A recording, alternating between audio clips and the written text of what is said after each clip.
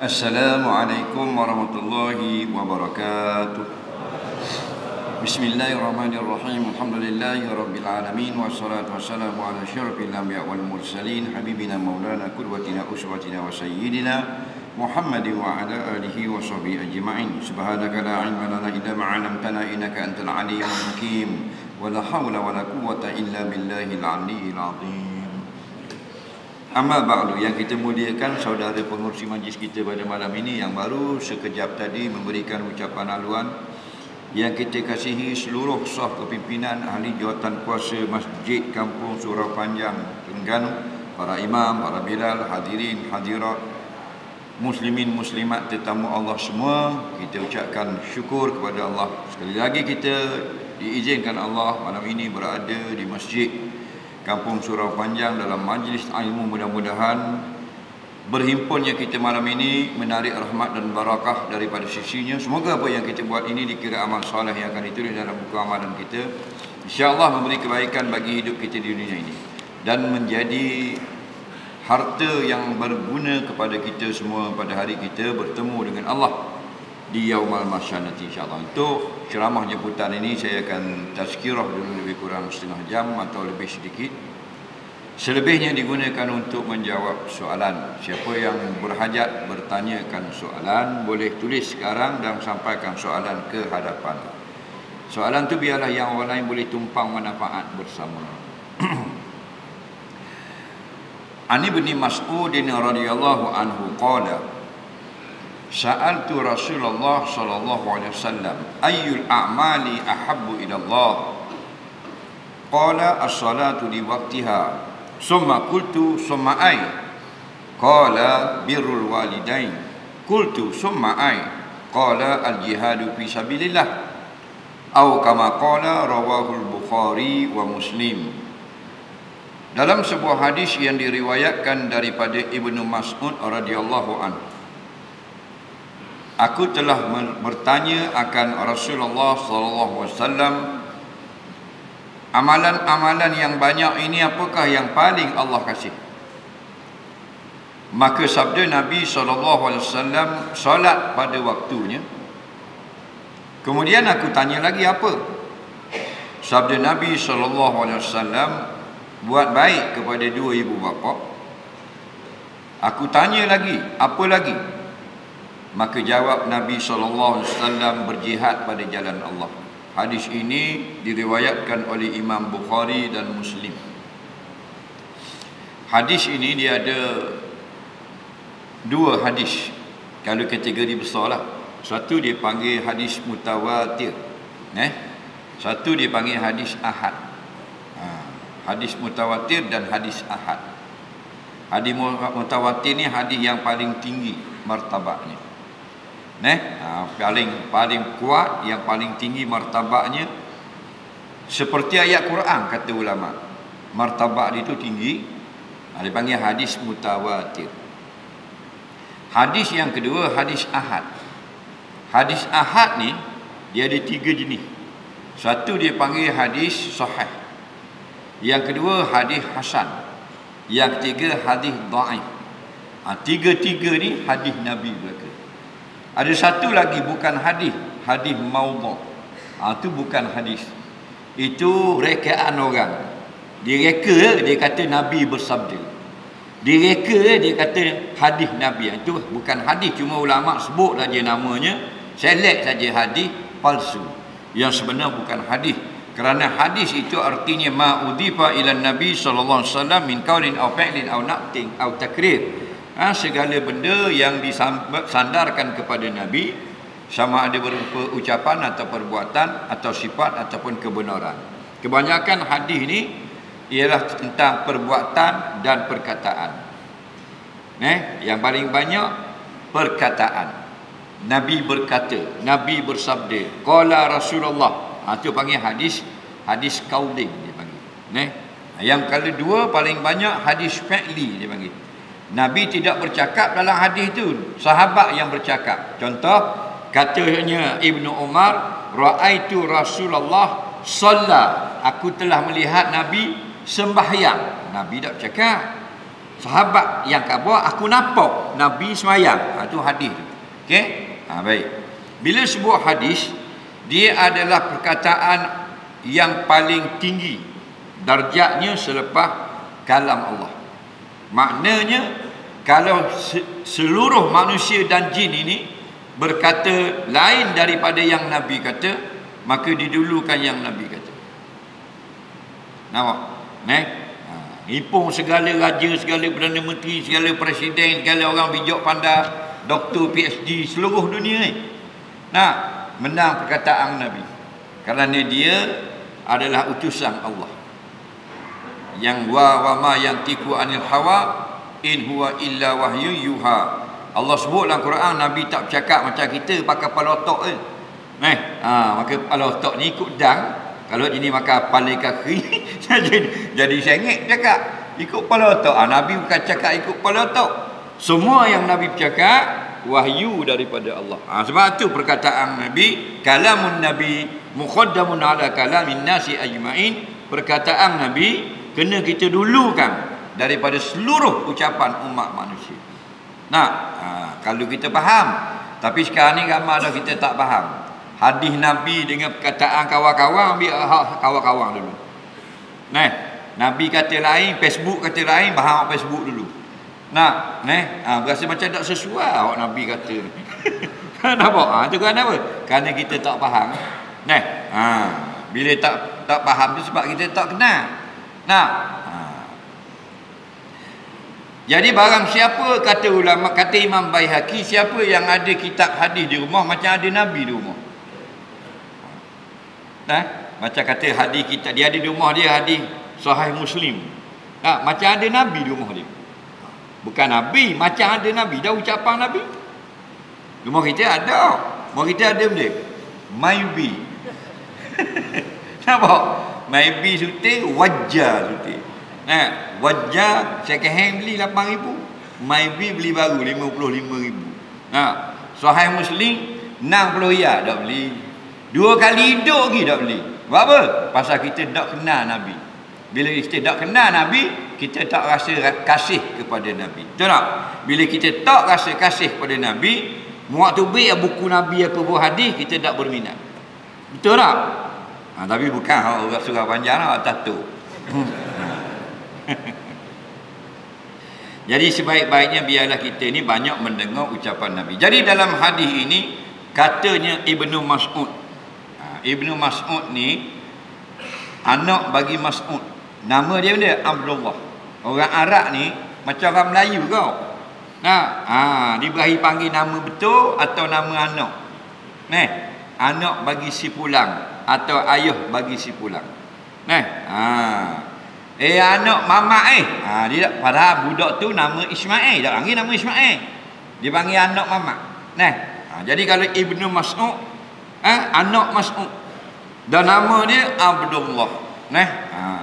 Abdullah bin Mas'ud. Jadi Arab panggil Ibnu Mas'ud. Ya Ibnu Mas'ud, wahai anak si Mas'ud. Ya Ibnu Umar, wahai anak Umar. Padahal nama Abdullah bin Umar. Umar tu khalifah tu Umar Al-Khattab, ayah dia. Orang panggil hey anak Umar. Nabi kata hey anak Umar, mari kejap. Dia gitu. Jadi boleh tak kita panggil itu? Boleh. Kerana Nabi panggil sahabat, panggil juga gitu. Ada kali Nabi kata ya Abdullah, wahai Abdullah, akhbil, mari sini, mari. Dan kadang-kadang Nabi tak panggil Abdullah, Nabi kata ya benar Umar, wahai anak lelaki bagi si Umar. Jadi Ibnu Mas'ud nama dia Abdullah bin Mas'ud. Kata Ibnu Mas'ud, sa'altu Rasulullah sallallahu alaihi wasallam. Aku pernah bertanya akan Rasulullah sallallahu alaihi wasallam. Allah putung. Orang pernah tanya Nabi. Tak, Nabi ada depan tanya soalan. Tak. Dan Nabi tak ada ni kita nak tanya siapa? Tanya waris dia. Betul tak? Ya? Kita nak tanya nak sewa tanah dia belakang nak buat kebun sikit, dah nampak ranyak dengan tanah bekas belakang sungai tu, kita nak sewa dengan tuang dia. Faham lagi? Kita gigi tengok tuang dia mati. Faham tak cerita ni? Buat contoh. Tuang dia mati ya. Bila tuang dia mati, kita nak tanya siapa? Cik jawab, mudah Karung dia jawab. Nak tanya siapa? Tanya waris dia. Kalau dia mati dah, faham? Mu nak sewa tanah, tanya waris-waris dia. Gitu juga. Dan Nabi wafat dah. Tanya waris dia, siapa waris Nabi? Ulama. Siapa kata? Nabi kata, al-ulama warasatul anbiya. Ulama tu waris aku. Kerana Nabi mati tak macam kita, tinggal piti. Nabi mati tinggal ilmu. Yang ambil saka ilmu ni ulama. Maka orang makan saka ni biasanya waris lah. Kinayah, sindir cakap kalau panggil. Faham tak? Jadi tanya ulama. Maksudnya mudah je. Alaikum bimajalisil ilmi. Selalulah pergi duduk di majlis ilmu. Betul tak? Siang hari kita pergi cari piti. Siang kita cari kekayaan dunia. Siang kita cari makan ketara. Betul tak? Malam cari akhirat sekejap sejik. Itu maksudnya. Ni tak mari juga malam. Siang cari piti dah. Cari makan dah. Malam tak mari dengar pula merak. Sini Surah Panjang ada tak lembu? Ada? Ada? Ambo bisa benar apa tak ada lembu. Macam Syah Alam ni tak ada lembu. Ada tak lembu sini? Ada. Ada lembu tu tak? Pagi tu baik lembu. Cari apa? Cari makan. Dah kita tu baik pagi. Tu baik kau. Cari benda. Cari makan. Lembu petang balik kat rumah. Pasal rumah dia. Dah kita petang balik tak? Balik tak? Lembu malam tu baik lagi sejik. Kita dah baik lembu kau. Betul tak? Jalan cerita tu sama. Jangan marah apa suruh jepuk. Biarlah. Tazkirah tu tak? Tazkirah. Jadi cari makan, tak pergi dengar mana-mana tak pergi datang. Ya dengar sekejap malam-malam. Tak kira ustaz mana pun mari dengar betul semayang, betul Fatihah tak? Betul sifat 20, betul. Kita nak orang nak kena soal lagi nak kena soal lagi. Jadi tanya Nabi, untung dia tanya Nabi. Hidup lagi Nabi dia dah tanya. Dan banyak lagi dalam hadis-hadis lain sahabat kata sa'altu Rasulullah. Aku tanya Nabi sendiri, sa'altu Nabiyya. Aku tanya Nabi, ada hadiah lain. Ra'aitu Nabiyya. Aku tengok Nabi buat sendiri depan aku. Sono. Nabi kan tak suruh apa? Kita dengan YB suruh dah. Padahal YB tu ada benda pun. Ada ni Nabi. Hak Allah latih. YB bukan Allah latih, tu bulan raya. Ni hak Allah latih. Hebat. Dia tanya Nabi, sa'altu Rasulullah. Satu hari aku pernah tanya Rasulullah. Soalan dia pelik. Ya Rasulullah, wahai utusan Allah, ayyul a'mali ahabbu ila Allah. Tengok. Dia kalau jumpa pemimpin orang akhirat, dia tanya akhirat. Kita ni orang dunia. Kalau jumpa pemimpin, tanya akhirat, kita tanya dunia. Tak bagi lagi. Faham lagi? Kalau kita tanya kita lah, kalau kita boleh jumpa pemimpin. Dah mana bakal tak boleh ke guana pitih ni? Air pitri ni guana kira. Dah pasal apa? Pasal kita muka dunia. Betul tak? Sahabat-sahabat dia muka akhirat. Dia tak ada tanya projek, tanya pitih, tanya nak kekayaan. Betul tak? Asal jangan jumpa Nabi tengok dalam hadis tu tanya kelebihan puasa, kelebihan hari kiamat, kelebihan ni, baca Quran tu, baca Quran ni. Kita nampak sibuk kali nak jumpa pemimpin, jumpa je pula tanya pitih. Faham lagi? Dia atas muka lah. Muka. Siapa sini muka akhirat? Siapa kat tangan kalau muka tak malu? Angkat tangan. Muka dunia, ngaku aku muka dunia. Lepas tu umat dulu akhiratnya kurang, dunianya kurang, akhiratnya lebih. Umat akhir zaman dunianya hebat, akhiratnya kurang. Adil dah Allah. Betul tak? Ayyul a'mal. Mana satu ayyu tu bahasa Arab lah. Ayyu mana? Manusia ke? Kalau tiga ni, manusia ke? A'mal, bukan amal. A'mal. Dalam banyak-banyak amal, hak manusia ke? Ahabbu ila Allah, Tuhan lebih sayang atau Allah lebih suka? Itu maksud soalan. Kalau cakap Terengganu lah, kalau Ibnu Mas'ud cakap Terengganu, Rasulullah, dalam banyak-banyak amalan hak mana Tuhan suka kali? Kalau cakap Terengganu. Tapi Ibnu Mas'ud bukan orang Kedah Buluh. Nampak dia orang Mekah. Dia cakap Arab, hadis-hadis apa kat kita Arab. Bila terjemah jadi Melayu tu bukan hadis dah. Hadis tu hak bahasa Arab tu. Okey, kalau kita terjemah bukan hadis. Sama dengan ayat Quran. Ayat Quran tu ialah Alhamdulillahi Rabbil Alamin. Tu ayat Quran. Bila kita terjemah segala puji bagi Allah mentadbir sekalian alam, bukan ayat Quran. Faham lagi? Terjemahan saja. Jadi kalau orang minta hadis lain kali, baca hak Arab. Mau baca hak Melayu jeng, mana mudah uti tu. Pasal ni ramai dah ni orang naik cagang ni. Dia tak mengaji mana, bila kita khabar hukum dia minta hadis. Minta dalil lalu. Kita wi dalil, dia pula uti. Faham lagi? Pasal apa? Pasal buka tarah dia. Dah kita cakap Arab, dia tanya hadis tu. Kita tanya Mas Muka, awak nama apa? Dia kata hadis sahih dah. Tak nak awak kau ni akhir zaman. Dah lagi tu pun berasa pandai pada ulama. Betul tak? Jadi banyak amal kita ni, hak mana yang lebih Tuhan kasih? Apakah maksud amal yang Ibnu Mas'ud tanya ni? Amal wajib ke amal sunat? Jawapannya amal sunat, bukan hak wajib.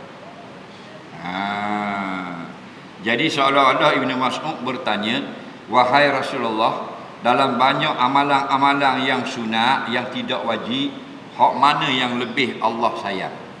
Hak lebih Allah suka? Okey?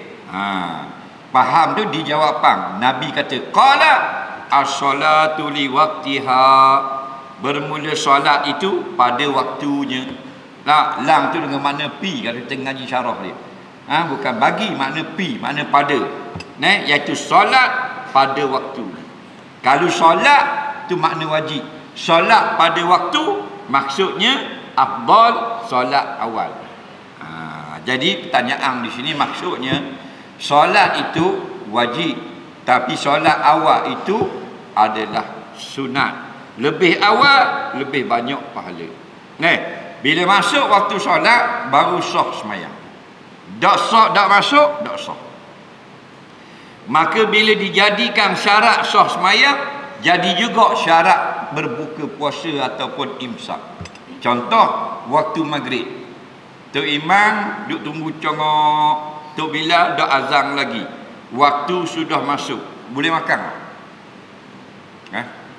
Dak bang lagi. Waktu sudah masuk. Boleh tak makan?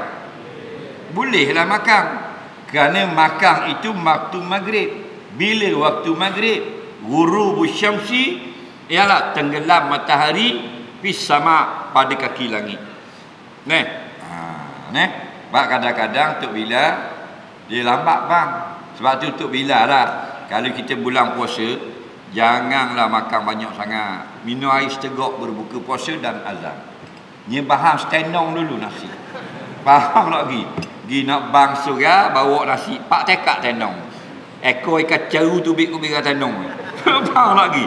Bila masuk waktu, nak bang ni, wah, makan. Siap ngebudu, ngecaluk, ngapa tau. 18 minit baru bang. Nyanyi korang, orang muda-muda tak apa, dia ada jam, ada telefon.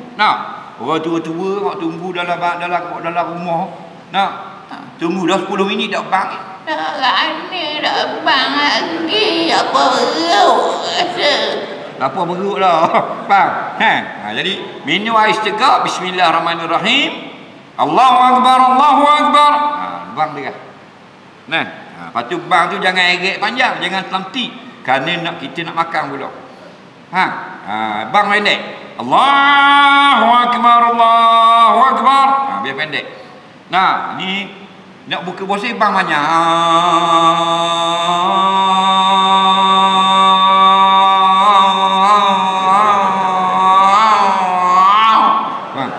Lapar perut kawan tu. Nampak. Bang rekah. Bang juga. Jadi waktu semayang dia mengikut kewajipan. Berapa sehari semalam? 5 waktu. Masa naik Allah fardukan 50. Murahnya Allah Ta'ala kata Nabi Musa, umatmu hak Mekah tu geng-geng Sayyidina Usman apa semua tu darah. Bukan khabar ke kita. Umat ada lah ni di Mekah tak tahan 50 darah. Faham? Kurang-kurang tinggal 5 waktu, betul tak? Malam Isra' Mi'raj. Bukan umatmu hak surah panjang, hak Mekah tu darah dah 50. Nah, la tinggal 5. La yubaddalul qawlu min ba'd. Allah kata tidak lagi dikurangkan lepas daripada ini 5 waktu sampai kiamat. Nabi pun turun ke Mekah malam Isra' Mi'raj waktu subuh, berhimpun sekalian manusia, khamsu salawati faraduhunna Allahu alaikum fi yaumin wa lailin. Allah fardukan atas kamu sehari semalam 5 waktu sembahyang. Nah, la yubaddalu mana tak ada runding dah lepas ni. Kekal sampai kiamat. Jadi waktu sembahyang ni wajib dah. Bila masuk waktu, dah masuk tak wajib. Dak subuh lagi kita pergi sembahyang dah. Dah mana mu bahang awal tak? Biar kau awal, Tuhan kau sayang. Oh parok berat pada ayoping. Dah masuk subuhnya sembahyang dah. Dak kena masuk waktu. Tak boleh ikut suka. Kerana apa?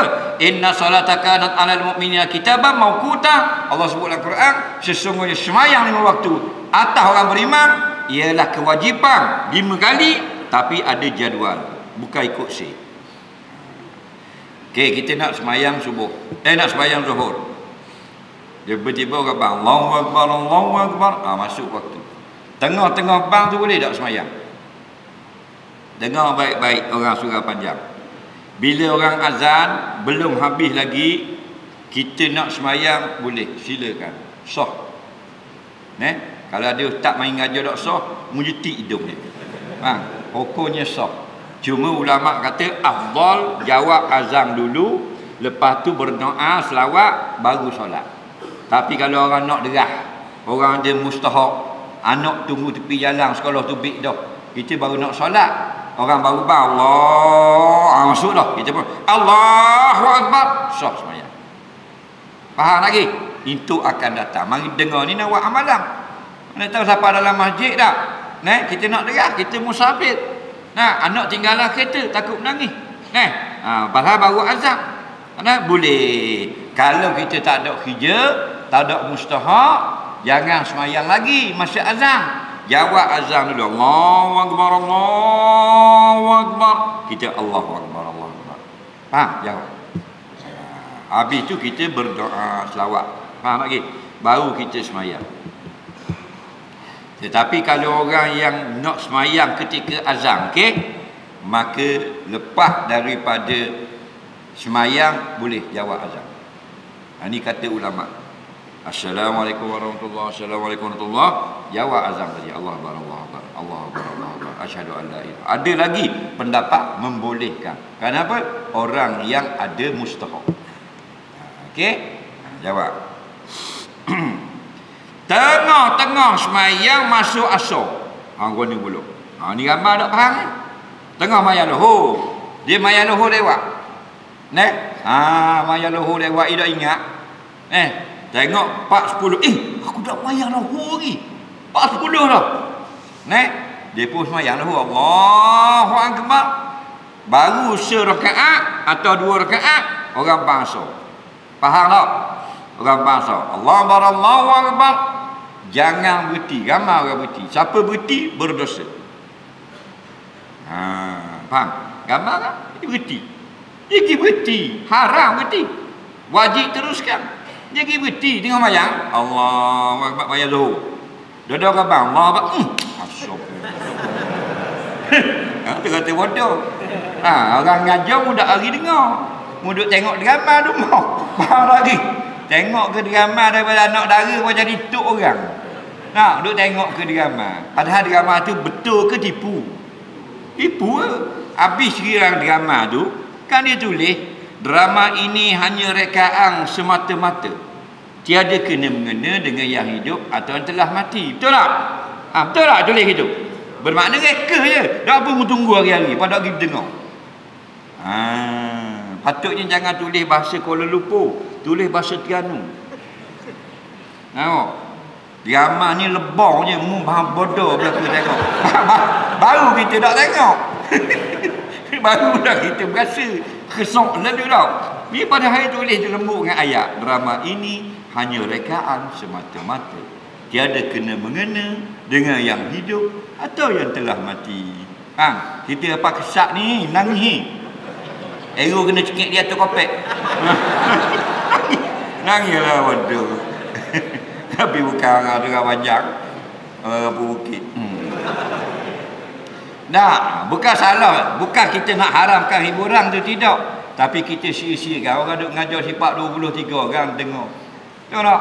Lepas buih mulu-mulu ngajar 3 orang dengar. Berat lah ni. Tengok banyak mana orang buat live Facebook. 2 view. 2 tu bini dia. 2 ekor bini dia bagus. Faham lagi? Tak ada orang tengok. Nah, kita tengok kat joget. Tengok nah, juara anugerah, juara lagu. 40,000 view orang tengok. Nah, ni akhir zaman. Nah, kita betul balik, duduk belah sunnah Nabi balik. Insya-Allah. Orang lain hanyut dah. Kita betul balik, jangan we hanyut.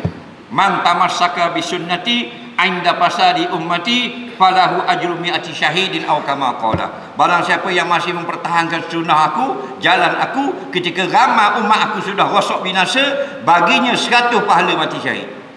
Nampak? Solat di awal waktu afdal. Waktu semayang ada berapa? Ada 5. Dipanggil waktu afdal, waktu jawah, waktu ikhtiar, waktu karahah, waktu tahrim. Itu waktu semayang. Nah, jadi semayang ni dia tidak kepik di luar. Bila kata zuhur Allahu akbar, wajib semayang zuhur. Tadi tak wajib lagi. Bila masuk waktu wajib semayang zuhur. Tapi wajib ni wajibun muwassa'un, wajib yang diluaskan. Maknanya selagi tak masuk asar boleh semayang. Faham? Maknanya kalau zuhur pukul 1, asar pukul 4, pukul 1 wajib semayang zuhur, 1 suku wajib semayang, 1/2 wajib semayang, 1:50 wajib semayang, 2 suku wajib semayang, 3 suku wajib semayang, 3:40 wajib semayang. Semua dalam waktu tu wajib belaka. Tidak ada haram. Yang haramnya kita tunggu sampai dekat nak habis. Nak masuk asar baru nak pergi ambil wuduk. Hukumnya haram. Bila haram? Kalau sengaja. Ingat sengaja buat lambat sampai dekat nak masuk. Kalau 15 minit lagi nak masuk, kata ulama makruh. Tapi dekat nak masuk garik baru nak mayang asar, haram. Nampak? Dah kalau tertidur, 2 perkara boleh tinggal semayang. Pertama, tertidur. Yang kedua, terlupa. Dan dia 7 ke 12 malam, esok nak bangun pukul 6 semayang subuh. Nak gua ni cerita dak bangun pukul 8. Pukul 8 subuh dah lagi. Dak subuh dah lah. Maka dia sudah meninggalkan solat subuh pada hari itu. Tidak berdosa. Kerana bukan dia sengaja. Dia tidur dari malam. Faham lagi? Yang haram ialah bila bang subuh dia bangun tidur balik. Kalau bang subuh, Allahu akbar, dia pun subuh dah. Setan kata wis sikit kisah. Faham lagi? Dia pun okey tang. Letak kita bangun tu pukul 10. Maka berdosa. Dosa kecil, dosa besar, dosa besar. Jangan main-main. Yang kata maaf ni tidur dari semalam. Atau dia bangun jauh lagi. Bangun pukul 4:30 lambat lagi, tidur lagi. Bangun pukul 10, dimaafkan. Atau lupa deh. Ingat anyuk jadi anyuk kan kita ni banyak lupa. Nak nengung pasik makan tu. Duduk saja anak-anak, duduk asrama belaka, tak ingat nak sembahyang Isya. Tidur. Esok pukul 11 pagi cakap, malam tak sembahyang Isya. Tidak berdosa. Siapa khabar? Nabi kata, man nasya an salatin aw nama anha. Jelas lagi. Barang siapa yang terlupa mengerjakan solat atau tertidur daripada solat, fal yusalliha iza zakaraha aw iza istaiqazaha. Hendaklah dia solat apabila sudah teringat. atau sudah terjaga. Maknanya dia dak ingat pukul 8 pagi esok. Semalam dak mayang Isya, dak berdosa. Okey? Tapi kena qada. Kerana Nabi kata fal yusalliha, tunaikanlah bila sudah ingat.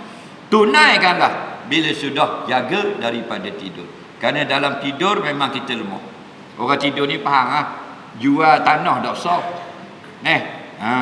Orang tengah tidur, kita pergi akak beli jual tanah. Pok long hamba beli tanah pok long hak kapal laut tu ni harga 5 riyal. Pok long jawab, aku jual lah. Dalam tidur dak sah. Dalam tidur tolak isteri dak jatuh. Ingat tolak bini tengah tidur, aku cegah mu. Dak jatuh tengah tidur. Okey, dia syarat sah tolak isteri, syarat sah jual beli, syarat sah nak wakaf harta. Faham lagi? Kena jaga. Tidur tak sah. Faham? Akak nikah, jawab nikah dalam tidur. Sabak mengatuk mata. Tu beritahu imam aku nikahkan nikah hitam bin putih dengan kelabu asak binti kuning siang. Mas kahwinnya RM15 tunai. Dalam tidur aku terimalah nikahnya mas kahwin. Tak sah. Kenapa? Muamalah syaratnya jaga. Faham lagi? Mu jual apa pun tak sah, tak laku berlaku. Kena pulang balik. Muakah harta pun tidak sah. Okey, kena jaga. Baik, yang kedua. Aku tanya lagi, somai lepas pada solat di dalam waktu apakah dia? Nabi kata birrul walidain. Buat baik kepada dua ibu bapa. Sama ada yang masih hidup atau sudah mati. Ibu bapa mana? Ibu bapa kandung. Dari ibu bapa ada banyak. Ibu bapa tak kandung ada. Ibu bapa angkat. Nampak? Tu tak kandung tu. Lagi ibu susu, bapa susu. Ibu susu kandung tak? Tak ngandung dia. Ibu susu bayi baby orang Kedah Buluh, wing ngopek orang Surah Panjang. Contoh, 5 kali kopek kenyang. Jadilah anak dia, anak kopek orang panggil Terengganu. Kalau luar, anak susuan. Kalau bahasa Terengganu, anak kopek. Faham lagi? Hukum mana anak susuan, anak kopek ni? Macam anak tu. Haram. Benda tidak haram bersentuhan, tak batal wuduk sentuh. Faham lagi? Tapi syarat nak jadi anak susu, 2 syarat. Syarat yang pertama, 5 kali susu. 5 kali susu. Sekali susu ialah sampai dia kenyang. Faham lagi? Dia kenyang, dia berhenti sendiri. 5 kali. Nampak? Jangan mak tu cabut 1, 2, 3, 4, 5. Jangan buat gitu. Faham? Dia jatuhnya pagi ni dia kopek sekali, kenyang tidur. Kadang kali 2 kali dah. Jadi dapat 5 kali anak susu. Faham lagi? Kau berlaku dalam masyarakat. Lain kali. Kita tak tahu benda pun ya. Jadi anak betul kan ni? Jadi seperti anak kita semua. Mana? Anak kita setuh kalau berjantina lain batal wuduk. Tak batal. Anak susu tak batal. Okey? Adik-beradik boleh nikah? Tak boleh. Adik-beradik susuan dengan anak kita betul, tak boleh nikah kau. Ni anak kita betul, tu anak susu kita. 2 orang ni adik-beradik susu, tak boleh nikah sampai kiamat. Faham lagi? Cuma tak makan saka. Mak susu tak makan saka anak susu, anak susuan tak terima saka harta mak susu. Faham lagi?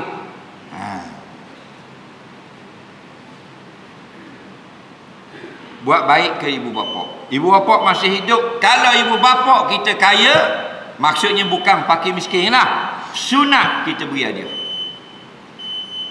Ingat ibu bapa kita bukan fakir miskin. Orang senang maksudnya cukup makan.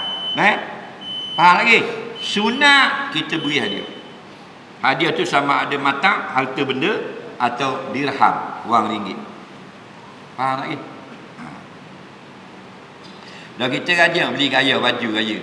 Beli beli ke bini, dia 3 jabir. Kalau kita beli ke ayah kita, suka ayah kita, kita beli baju ayah ke dia. Tak mesti hak mahal. Dia nak beli baju. Beli pasar malam apa, nak raya 2 hari lagi beli pasar malam. Baju gambar adudu. Suka dah ayah kita. Sebab apa? Dia kira pemberian daripada anak dia. Tapi dah nak tahu beli ke siapa kita? Ke bini 3 jabir, 2 jabir. Apa salah beli selipar mak 15 riyal, 30 riyal? Beli baju ayah 10 riyal. Apa salah? Ibu bapa kita bukan orang fakir miskin, orang senang. Sunat kita beri hadiah. Beri duit, beri barang-barang. Rumah dia kita buat jadi molek. Kalau rumah molek dia tak pada rumah banyak orang. Rumah dia molek, rumah mak macam gok kambing. Betul tak?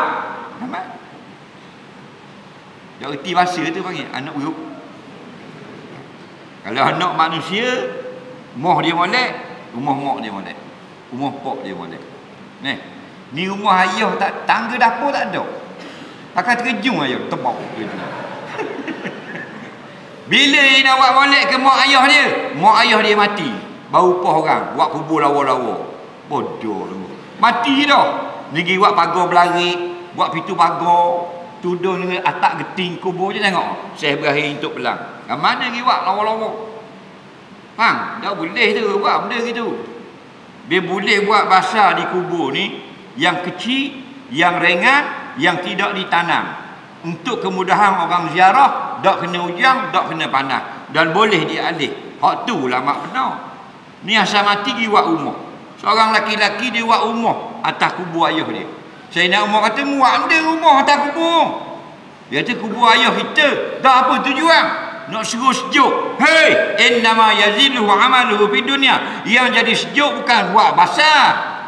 Amalan dia ketika hidup. Lagi.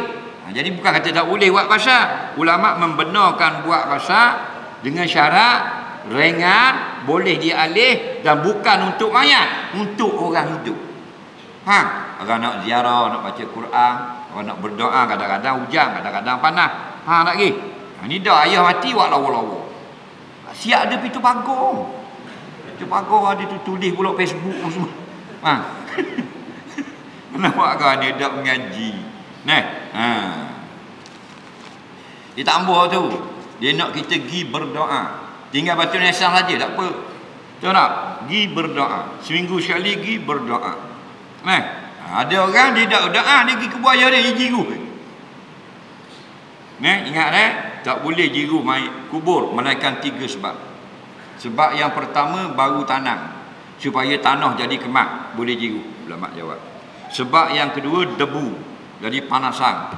Tak boleh debu macam orang jiru depan kedai. Debu kan, dia pun jiru harus. Sebab yang ketiga, sebab ada tanam pokok-pokok bunga nak suruh hidup, bertasbih, ambil berkat tasbih, ringankan azab kubur, boleh siram. Kalau pergi siram kubur ayahmu, nak suruh ayahmu mandi junub bawah hanum, itu semua tahyul, pegangan salah. Tapi dah kita tak ngaji, orang ngajar tak. Dia kata ngajar politik, orang ngajar dia kata ngajar kata korang. Lepas tu bodoh apa kemampu. Orang pergi kubur tak bawa air jiru. Dia tengok apa jiru? Yang sejuk kan arwah. Nampak tu?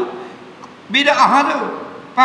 Bukan untuk sejuk arwah. Sejuk tu kita mari wisalam. Assalamualaikum ya abi. Salam sejahtera atas kamu wahai bapakku. Gitu nak suruh sejuk. Duduk kata ulama-ulama, berdoa, baca Quran. Tu yang menyejukkan. Kita duduk, kita balik, kita sedekah dan sebagainya. Benda tu sejuk. Dia pula pergi jiru. Dah lah jiru saja tak berdoa. Jiru kubur lain pula. Kubur JKK sekarang. Jiru. Dia kata lah bukan kubur mak aku. Makmu lindung. Mana? Dah raya baru pergi. Tak tukar apa kubur. Apa kita nak pergi kubur? Paling amat, paling akhir sekali orang pergi kubur tahun 90-an. Dan ni ada juga seorang dua tinggal. Dulu ni kalau kubur ni satu ni kalau nak siap gang hari Jumaat 40 orang 50 orang. Betul tak? Dan ni hari Jumaat 4 orang. Kita tengok dah ni 4 orang. Beruk ada seekor duduk ni dengan kat pagar. Sungguh, dulu Syekh Ibrahim 200 orang, 150 orang hari Jumaat. Pasal kita ngaji je, kita tahu, tengok masuk seorang-seorang kat pintu pagar. Nah, learning 6 orang, 7 orang hari Jumaat. Apa kita lagi? Tak boleh set. Dia kerajaan umum boleh piti. Suruh MB, Dr. Sen umum lah untuk radio. Mana-mana rakyat negeri Terengganu mulai bulan 11 2023 yang pergi ke kubur ziarah hari Jumaat akan dibayar RM20,000 di pintu kubur. Oh tengok ah. Parking kalau kubur Sungai Panjang ni, parking siapa anu? Kemamang. RM20,000. Faham? RM10 berocor. Faham lagi betul tak? Pasal muka kita ni bukan muka akhirat, muka piti. Nah, waktu kita mari dengar malam ni untuk tengok aib kita sendiri. Nah, iza aradallahu bi abdihi khaira basarahu bi uyubi nafsi. Bila Allah nak hamba itu jadi baik, dia mulakan dia orang itu nampak buruknya sendiri. Betul tak? Dan yang ketiganya, semua aib lepas pada baik pada ibu bapa, apa lagi? Kata Rasulullah, al-jihadu fi sabilillah. Apa makna jihad? Al-jahdu, bersungguh-sungguh. Mudah je. Kita jangan jihad je nampak perang. Kan? Nah, al-jahdu, bersungguh-sungguh. Sungguh apa? Fi sabilillah, pada jalan Allah. Kerja-kerja jalan Allah, kita bersungguh-sungguh. Itu panggil jihad. Cuma yang paling tinggi sekali ialah sampai darjat mati syahid.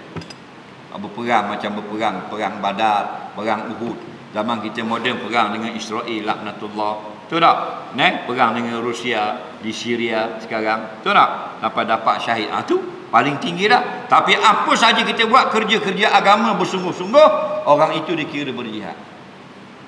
Nampak? Orang itu dikira berjihad. Kita nak dapat hijrah tak ada dah. Tak dapat dah title muhajirin. La hijrata ba'dal fathi. Lepas kota Mekah dibuka semula di Rasulullah, tak ada dah hijrah. Nampak?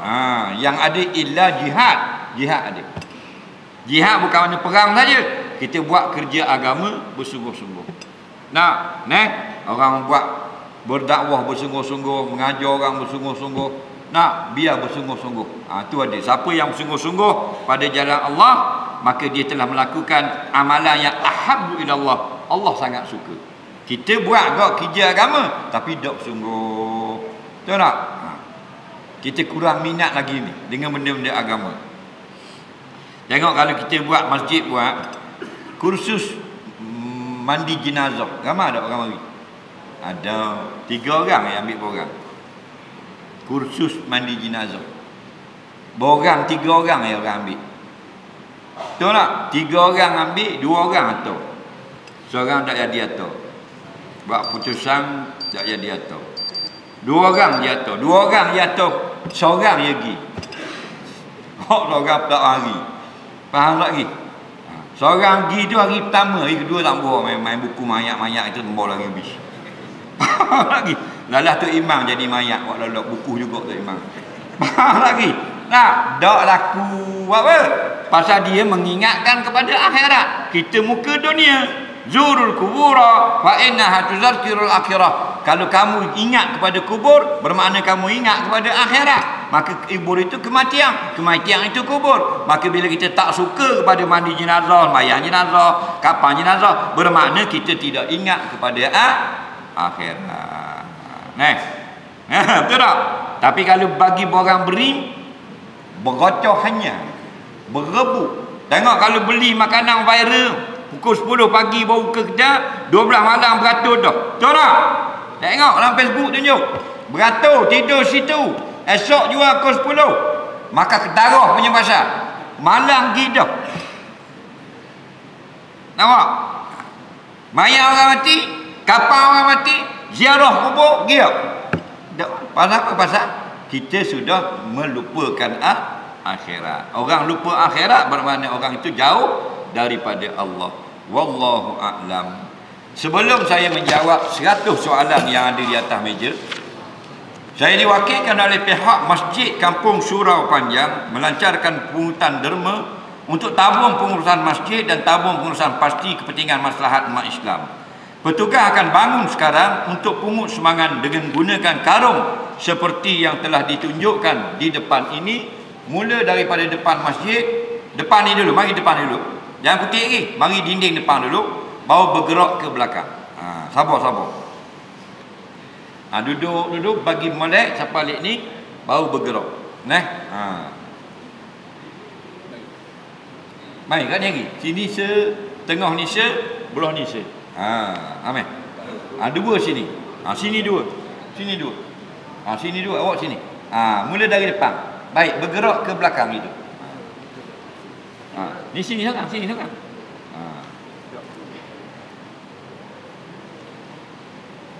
Ramai penuh orang. Ni baru betul orang Surau Panjang. Dah, penuh orang mari.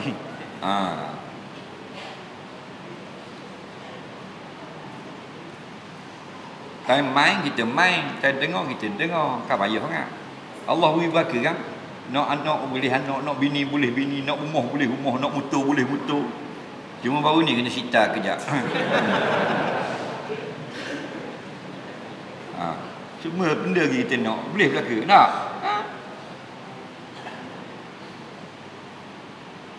Jangan awak tidur.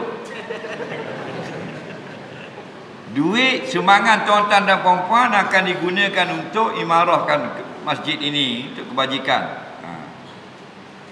Bagi yang nak beri lagi sumbangan pada kali yang lain atau yang berada di luar kawasan, tidak ada di Surau Panjang, ada di Kuala Lumpur, ada di Singapura, duduk di luar negara, boleh beri sumbangan melalui online. Kita letak di Facebook saya tu kuliah Maghrib Perdana Masjid Surau Panjang.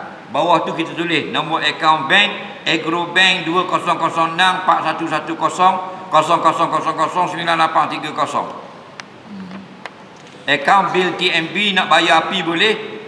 Nombor dia 2206 4735 8605. Akaun bank dan TMB ni kita tak buang, bila-bila masa ada situ.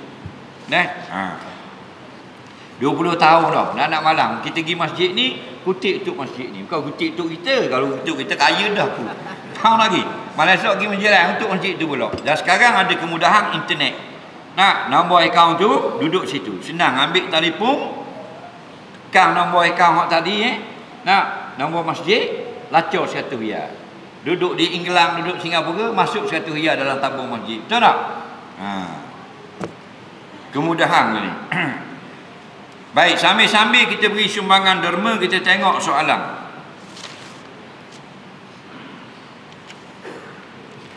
Soalan yang pertama.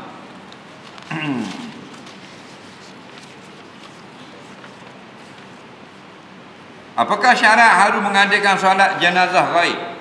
Apakah status pengurusan jenazah bagi orang yang lemas yang tidak ditemui mayatnya? Baik. Semayang jenazah maknanya semayang kepada mayat. Dia termasuk dalam fardu kifayah. Okey. Dia ada dua jenis semayang jenazah. Satu dipanggil semayang jenazah hadir, satu semayang jenazah ghaib. Jenazah hadir ni ada dua. Satu, mayat ada depan, kita duduk belakang mayat, ngadap kiblat. Okey. Yang kedua, kita duduk ngadap mayat juga, tapi mayat sudah ditanam, dikubur dah. Semayang mayat hadir juga. Yang kedua, semayang mayat ghaib. Maksudnya mayat tak ada kat kita. Faham lagi? Kita nak semayang ni di Sungai di Surau Panjang ni, mayat ada Kuala Lumpur. Faham tak? Itu panggil semayang jenazah ghaib. Semayang jenazah di Kampung Surau Panjang. Jenazah ada Kuala Lumpur, jenazah ada di Sarawak, jenazah ada Mekah. Itu panggil jenazah tu ghaib. Bukan tu imam ghaib, jenazah ghaib. Okey? Itu faham lagi? Semayang jenazah ghaib. Apa syaratnya? Syaratnya mestilah sudah dimandikan. Kalau tak mandi lagi, tak sah. Contoh nak ketegah biar tak mandi pun kita semayang dululah, tak sah. Faham? Wajib selesai dah mandi dan sunat selepas kapang. Jadi kalau mayat ada Kuala Lumpur, kita di Terengganu kena telefon. Halo, mandi dah lagi? Tok Imam jawab, mandi dah. Siap dah, baru siap mandi. Kita pun semayang sini. Faham? Tapi biar yang siap itu mandi jenazah. Tiba-tiba lepas semayang jenazah, orang dina telefon, baru siap. Pula dah. Mana pula? Tadi kata siap dah. Tadi siap mandi Tok Imam, mandi junub. Dia ingat ke mungkin tanya Tok Imam mandi dah lagi. Dia jawab mandi dah lah. Tok Imam jimat malam 4 kali. Jawab aku mandi dah. Jadi dah nak mandi mayat tu. Halo, jenazah mana mandi dah lagi? Mandi dah. Kau apa siap kapang? 10 minit ke siap kapang? Contoh. Maka afdal selepas kapang, tapi sah sebelum kapang, selepas mandi. Tengah mandi, kaki sikit lagi tak kena air, kita pun takbir Allahu Akbar, tidak sah. Ingat biar selesai dah mandi, baru sah. Yang kedua, mayat ada dekat dengan kita tak boleh nak pergi, sah juga.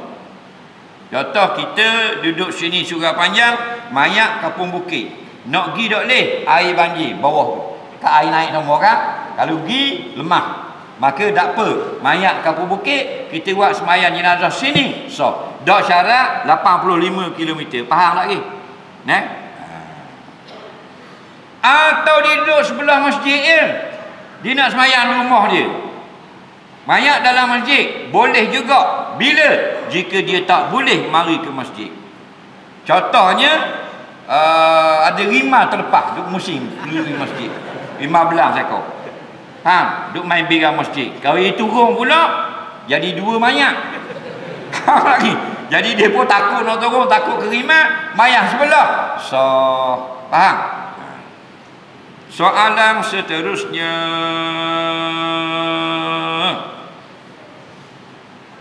apakah hukum orang yang ada bela lembu tapi lepas lembunya? Hukum bela lembu harus lepas, tidak haram. Sebab tu suruh ngaji, sebab tu suruh tanya soalan. Jadi siapa yang bela lembu, contoh, boleh tak lepas? Boleh lepas. Dia kata tak boleh? Tak boleh itu jika lembu itu memudaratkan. Dengan sebab lembu dia lepas, melanggar orang, tak boleh lepas. Dengan sebab dia lepas, habis kotor, habis permis harta benda orang, berok lembu, tak boleh lepas. Dengan sebab dia lepas, habis makan tanaman orang, tak boleh lepas. Dah kata tadi lembu dia tak mudarat. Lembu dia kalau berjalan jujur 100 ekor, lampu merah berhenti, hijau baru berjalan. Kalau nak berok, balik berok rumah. Kalau begitu boleh lepas. Dah ada lembu gitu, tuang lembu berok tengah jalan tu. Tak kata lembu. Faham? Jadi kalau lembu itu tidak memudaratkan orang, tak masuk kebun orang, tak beroklah tanah orang, tak makan pokok orang, tidak menyebabkan kemalangan, lepaslah. Mana lepas bukit, lepas di hutang dan sebagainya. Okey? Yang tak boleh mudaratkan orang. Kerana kaedah kita la darara wala dirara, tidak ada mudarat dan tak boleh memudaratkan orang yang lain. Kalau lembu dia itu merosakkan tanaman orang, contoh benih deriang dia harga RM2,000, 4 pohon, habis bahan dia lembu diramang, maka diramang berhutang RM2,000, tak payah jadi hutang sampai kiamat. Jangan main-main. Binatang tidak berdosa kerana dia tidak mukallaf. Tak lembu saja, binatang-binatang lain pun. Dia bela ayam dia naik atas kereta orang, patah wiper, dia kaih dia ayam, tuang ayam wajib ganti wiper.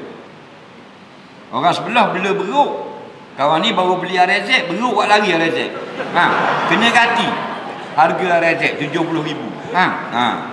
Apa pasal beruk dia yang buat lari.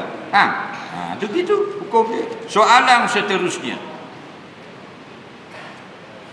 saya musafir balik dari Kuala Lumpur, dalam perjalanan saya niat jamak takhir Zuhur Asar, boleh tak saya jamak takhir siapa di kampung kediaman saya?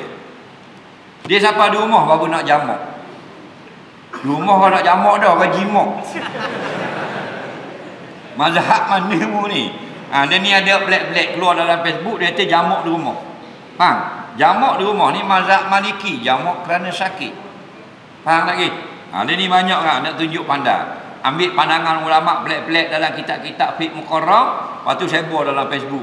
Konon dia pandai lah, dia banyak kau tahu. Tak, jadi punah haru-hara habis orang awam jadi fitnah.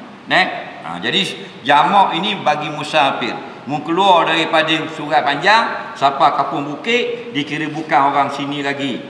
Boleh je jamak qasar bila orang azam. Mu balik Kuala Lumpur sampai di Cinering boleh lagi jamak qasar kerana Cinering mungkin lain, Sungai Panjang mungkin lain. Mu sampai sini orang tak panggil jamak dah, orang panggil qadha. Okey?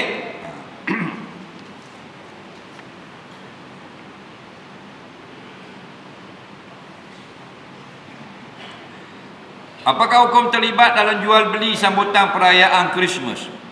Ada orang buat, orang Christmas ni orang Kristian lah. Dia buat sambutan Christmas. Orang Kristian ada jual-jual, dia pergi jual air. Boleh. Tak terlibat dengan semayang tak apa. Nak perayaan tak ada masalah. Hak semayang jangan campur. Lakum dinukum waliyadin. Kerana hak semayang tu hak agama. Okey, hak jual beli bukan. Dah berasa tak sedap tak sah. Tak sah.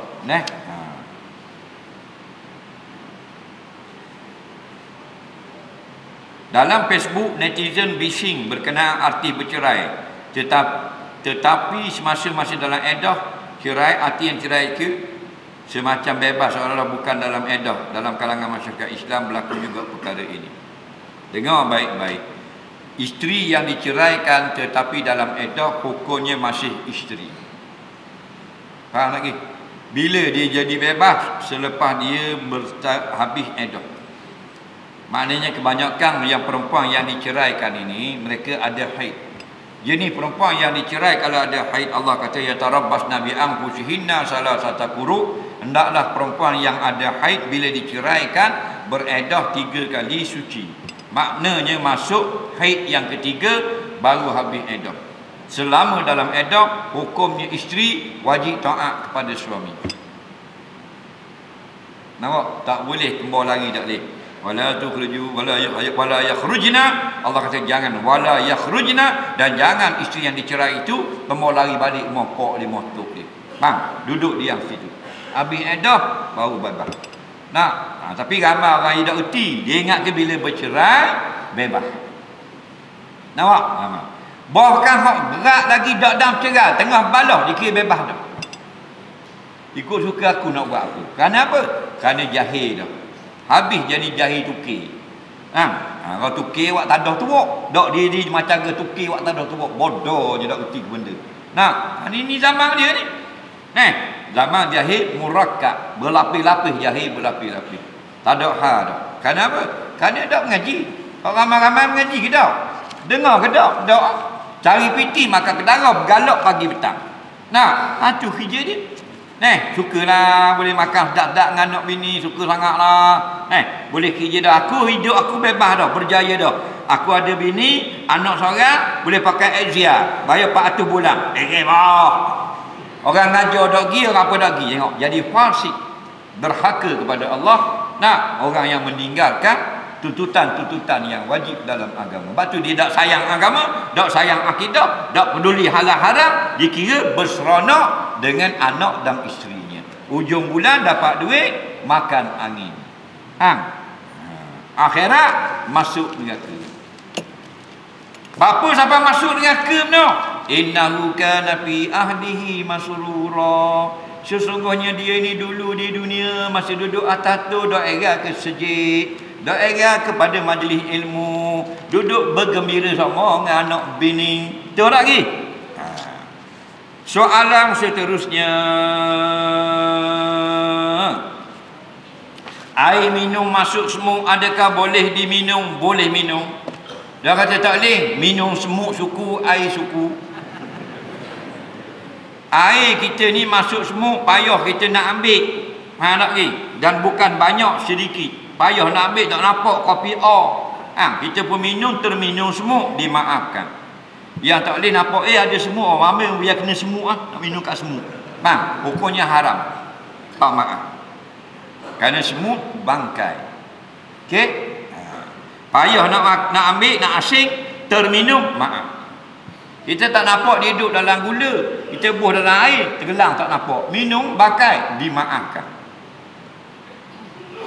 Kutik seekor-ekor semut, buh dalam air, biar mampu minum, haram.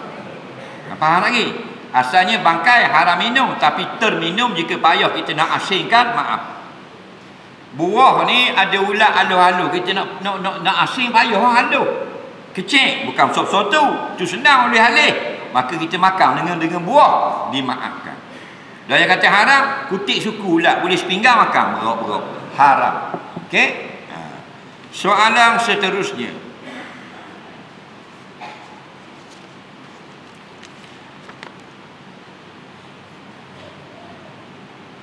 Pagi saya niat tekah subuh dalam hati tiap hari. Lepas tu asyik tu saya tekah setiap kali alam awal bulan masuk. Jadi kira macam setiap pagi subuh tu lah. Boleh.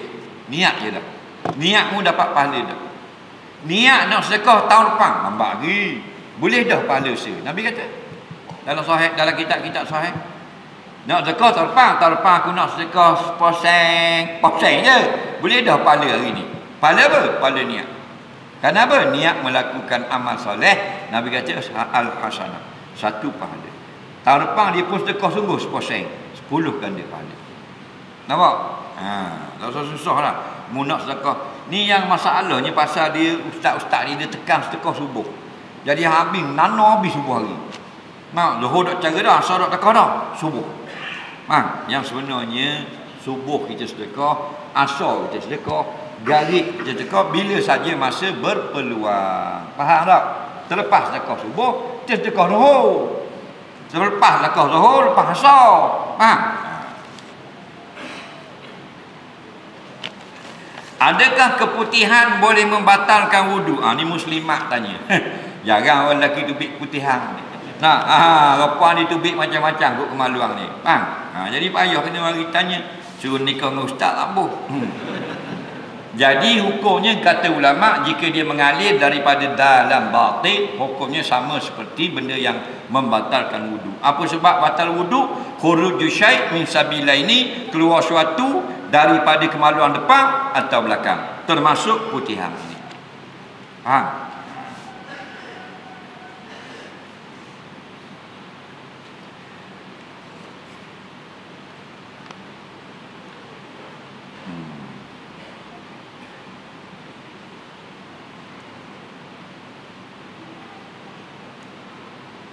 Kenapa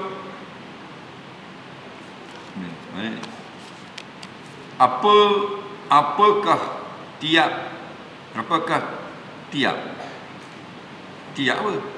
untuk berjaya di dunia dan akhirat? Tiap apa? Tiap TIAB. Tak tahu dia tiap apa? Tiap kan dia.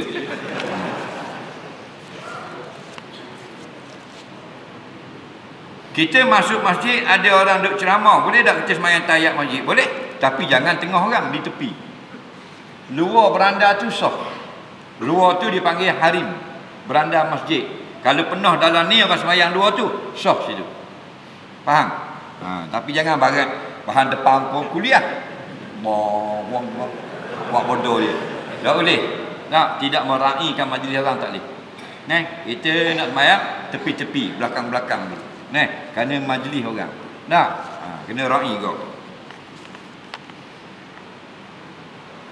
Macam mana nak lawan penyakit waswas? Contohnya saya kerap keluar air mazi bila bangun pagi. Jadi saya waswas ada air mazi tersebut kena pada selimut dan cadar tersebut. Mohon pencerahan. Gini, kalau sahih kena di cadar ni pakai dah buat semayang. Tak kena. Dia tak ada masalah sebenarnya. Yang kita nak sucinya ialah pakaian nak buat semayang. Kerana syarat syah semayang, suci pakaian daripada najis. Air mazi najis. Faham lagi? Air mazi najis. Kalau kena di baju nak buat semayang, baru tak sah. Tapi kalau air mazi kena di cadar, mu semayang baju lain, sah tak?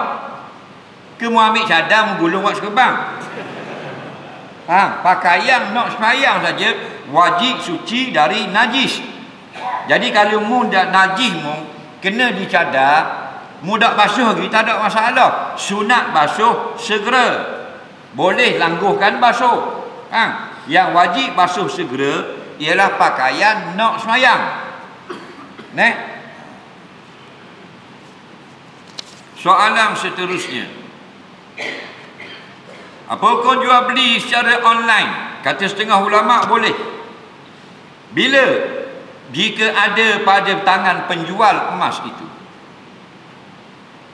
Beli hari ini, esok dia tahu. Ada kerugian, tak ada kerugian, barang sampai tangan, kata sudah sampai, barulah duit kamu masuk dalam akaun dia. Itu macam kita beli Shopee lah ni. Kita kata terima, kita accept, barulah akaun kita tertutup, tak boleh ambil dah PT 10 riyal. 10 riyal tu dapat ke dia dah. Lagi kita kata tak terima, faham lagi? Itu cara dia. Faham? Jadi kalau jual beli begitu, ada juga ulama membolehkan. Yang tak boleh, mah tak ada. Jual beli sebelah pihak, kata saja ada. Tak boleh. Kerana itu nak mengelakkan daripada kerugian pada salah satu pihak. Soalan seterusnya. Kita bangun malam solat qadha, pahala lebih 70,000 dari solat tahajud ke mana? Betul ke? Dia masa gini, masa mana ada kelebihan semayang, masa tu kita qadha dapat kelebihan. Contoh orang kata ulama, orang yang qadha semayang malam Lailatul Qadar, dia dapat macam 80 tahun semayang. Nampak? Sama macam orang yang semayang di Masjidil Haram, 100,000 kelebihan walaupun semayang qadha, kata ulama. Dia qadha zuhur dengan rumah, dengan qadha zuhur di di Masjidil Haram, 100,000. Gandanya. Soalan seterusnya.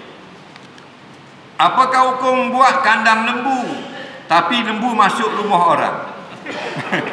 Lembu tak buah dalam kandang, ambil tuang lembu buah dalam kandang. Ini masalah. Kita sukalah lembu kita, orang lain susah. Pakak dia, rumah dia rosak dan sebagainya. Kita tak bertanggungjawab. Betul tak? Nak bela, kurung kalau kat rumah orang. Imam cepat sembahyang jemaah, ada imam lambat. Kita sebagai makmum, waktu mana lebih afdal kita ikut imam?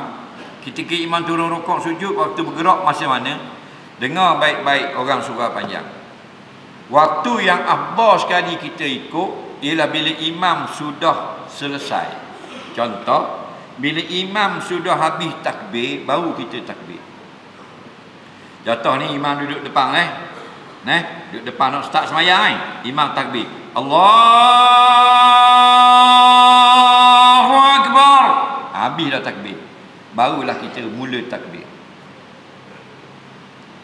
Bahasa rokok, biar imam duduk rokok dah, baru kita rokok. Tu imam Allahu Akbar, baru kita bergerak. Allahu Akbar. Tu imam bangun, Samiallahu liman hamidah, baru kita bergerak. Samiallahu liman hamidah. Sujud. Tu imam turun, Allahu Akbar. Sampai bawah dah, baru kita Allahu Akbar. Dalil Nabi kata iza kabbarul imamu fakabbiru. Bila imam sudah selesai takbir, baru kamu takbir. Wa iza raka'a farka'u. Apabila imam telah habis dah rakaat, kemudian daripada itu baru mum pula rakaat. Jelas lagi. Wa iza sajada, bila imam sudah sujud, fasjudu, maka kemudian itu baru kamu pula sujud. Baru tu. Ni tak tu imam turun itu. Ni walik dia siapa dulu? Tu imam kata sami Allah, dia akak kepala. Kena walik dia naik dulu. Dah dia 17, tu imam 71. Diri sama dengan imam nak rakaat. Dia makmum 17 sama. Imam 71. Dia imam Allah, ya Allah. Siapa dapat tu? 17 ke 71? 17 siapa dulu? Akhirat kepala keledai. Siapa potong tu imam? Nabi kata ala yaqabul ladzi yarfa'u ra'sahu qabla al-imami ay hawil Allah ra'sahu ra'sal himari. Hendaklah kamu takut, suka sangat akak kepala dulu daripada imam. Allah akan tukar kepalanya dengan kepala keldai pada hari kiamat. Baik. Nampak? Biar tu imam datuk bola, Allahu Akbar. Baru kita ramai-ramai Allah. Baru comel macam askar. Ni tak macam bahasa tani. Beri, tu turun dulu, tu turun kerja, tu baru nak turun, tu baru nak betul luang. Jadi kalau gitu tu imam kena kuat. Semayang asar, semayang zuhur, semayang subuh, semayang karib, semayang isya, kuat takbir intiqalat. Ramai tu imam tak faham. Dia buat slow. Dia tunggu orang rokok slow.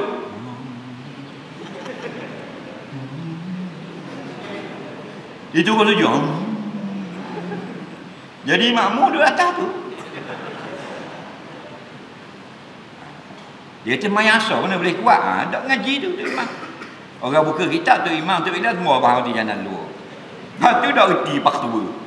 Semayang ni takbir intiqalat ni tak ada kaitan. Semua semayang kuat. Kalau ada jemaah, supaya jemaah dapat dengar. Salam kuat kau walaupun semayang asar. Assalamualaikum warahmatullahi. Assalamualaikum warahmatullahi. Baru nu dengar dalam tabir. Mok lo, mok ngoh, mok ni. Mok tinak. Ni dak salam slow. Semayang asar. Lepas tu balik. Mok lo.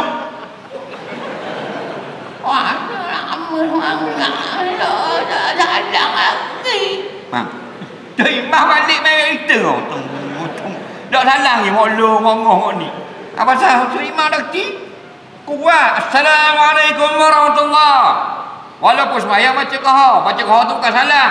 Baca qahar tu Fatihah dan surah. Tu je. Baca qahar baca kuat. Soalan seterusnya. Orang puang semayang dagu tak tutup. Setengah ulama kata tak sah. Setengah ulama kata dimaafkan. Sebaiknya kita keluar pada khilaf. Al-khuruj minal khilaf mustahab. Keluar pada khilaf ulama sunat. Mana kita ambil hak tak khilaf, tutup dagu kita. Walaupun ada pandangan mengatakan dimaaf bawah dagu itu.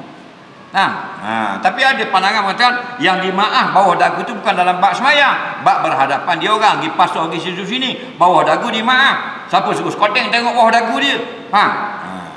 Jadi asalnya muka kita ni muka. Sampai sini. Bawah pada muka aurat. Bila bawah pada muka aurat kena tutup kanda ni tekung sampai gini. Faham lagi?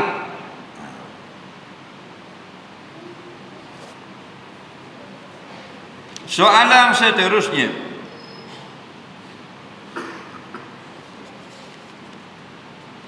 Puasa hari putih berbetulan hari Isnin atau kami boleh tak kita niat dua sekaligus? Boleh.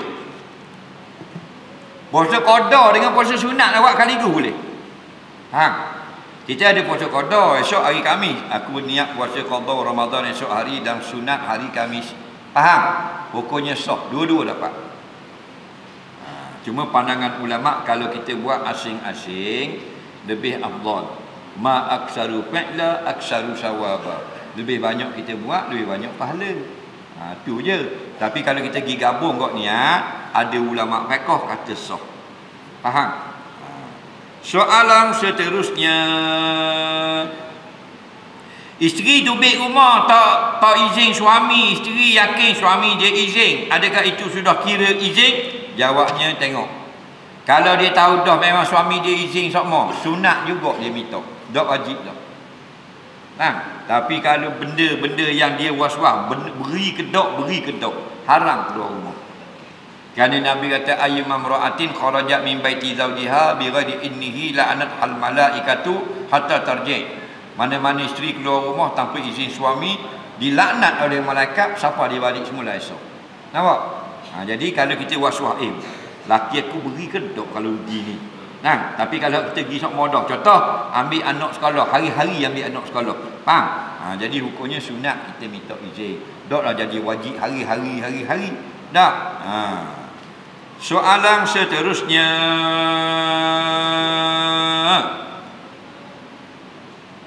Orang puang habis dah darah haid. Kena tunggu waktu, pastikan darah itu betul-betul habis, boleh mandi, wajib ke guana. Dengar ni kau puang. Nah, dia kata berhenti dah darah, boleh tak mandi semayang? Boleh? Boleh. Nampak? Kerana Nabi kata bila darah berhenti, maka mandilah. Faham tak lagi? Boleh. Faham? Contohnya kita tengok darah dia berhenti tau. Faham? Pukul 1 dia pun mandi, boleh. Dah mana kata nak molek, setengah ulama kata faham? Boleh dia tunggu lagi, tak mau mandi lagi, takut masih ada, dibolehkan. Contoh, oleh kerana dia tunggu tak mandi lagi, dia tinggal 2 waktu semayang. Contoh dia tinggal Zuhur dan Asar, rupa-rupanya memang berhenti dah, maka wajib qada Zuhur dan Asar tadi. Ingat tak? Faham tak? Faham tak? Angguk-angguk. Faham? Dia patutnya tadi pukul 1 mandi dah, tapi dia nak berhati-hati, takut ada lagi hikam. Dia tak mayang lagi lah. Asal dengan honga asal sampai ke garis ni tak ada terus dah. Memang betul berhenti 1 tadi. Dah 2 waktu semayang tinggal, tidak berdosa. Kerana dia ihtiyat nak bercermat. Faham? Cuma nak tengok berhenti kedak tu, kena tengok di mana. Jangan tengok di seluar dalam. Ada apa yang tengok di seluar dalam? Kalau tengok di seluar dalam, kapir reti.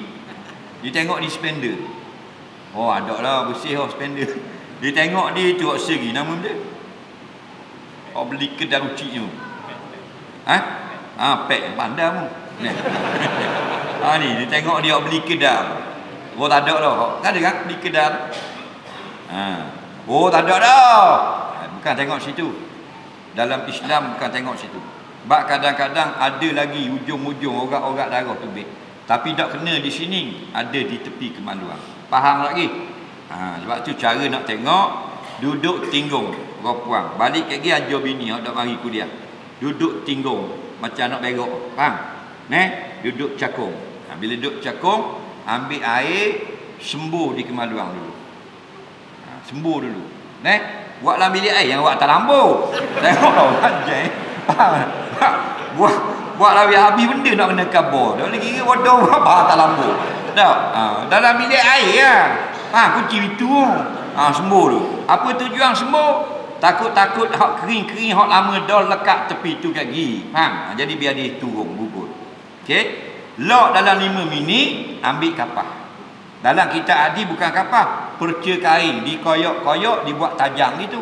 Tapi kita ni cotton bud. Putih kapas. Masukkan jarak mana? Seperuas jari je. Jangan masuk semua hilang kapah-kapah. Faham? Sejari saja. Masuk dan pusing 360. Macam kamera Instagram 360. Okey? Sekali pusing saja. Kalau ada lagi orang-orang merah di dalam ni, sini kaki, jangan mandi lagi. Itu cara dia. Faham? Tak ada dah. Pusing gitu pun kapah tak ada dah. Okey? Pokoknya bersih. Mandi dan semayang. Nampak? Itu cara dia. Soalan seterusnya. Orang laki-laki dia puasa, dia tak ingat dia puasa, dia pun isap rokok. Adakah boleh teruskan puasa? Atau puasanya sudah batal? Dengar baik-baik. Bukan bab isap rokok saja. Segala benda yang membatalkan, kalau dibuat dalam keadaan terlupa sedang puasa, tak batal. Dengar baik. Kerana hadis Nabi kata man soma panasya. Barang siapa berpuasa kemudian dia lupa. Makna dia lupa dia sedang berpuasa. Faham lagi? Fa akala wa syariba. Bila dia lupa, dia ingat ke dia tak puasa, dia pun makan dan dia pun minum. Fal yutimma saumahu. Teruskan puasa, tak batal. Jelas lagi. Walaupun banyak kata ulama, banyak sungguh. Atau setiap hari. Tapi biasa orang lupa satu Ramadan atau 2 Ramadan. Jadi 1 Ramadan dah ingat, dia pun buat nasi minyak makan laki bini. Nambah 3 pinggan seorang. Bila kenyang, puasa dah batal. Esok dah ingat pula buat asyik kuning. Dua puyuk seorang pula. Setiap hari Ramadan dah ingat. Mana nak sama sampai 30 Ramadan. Tak batal juga. Kerana apa?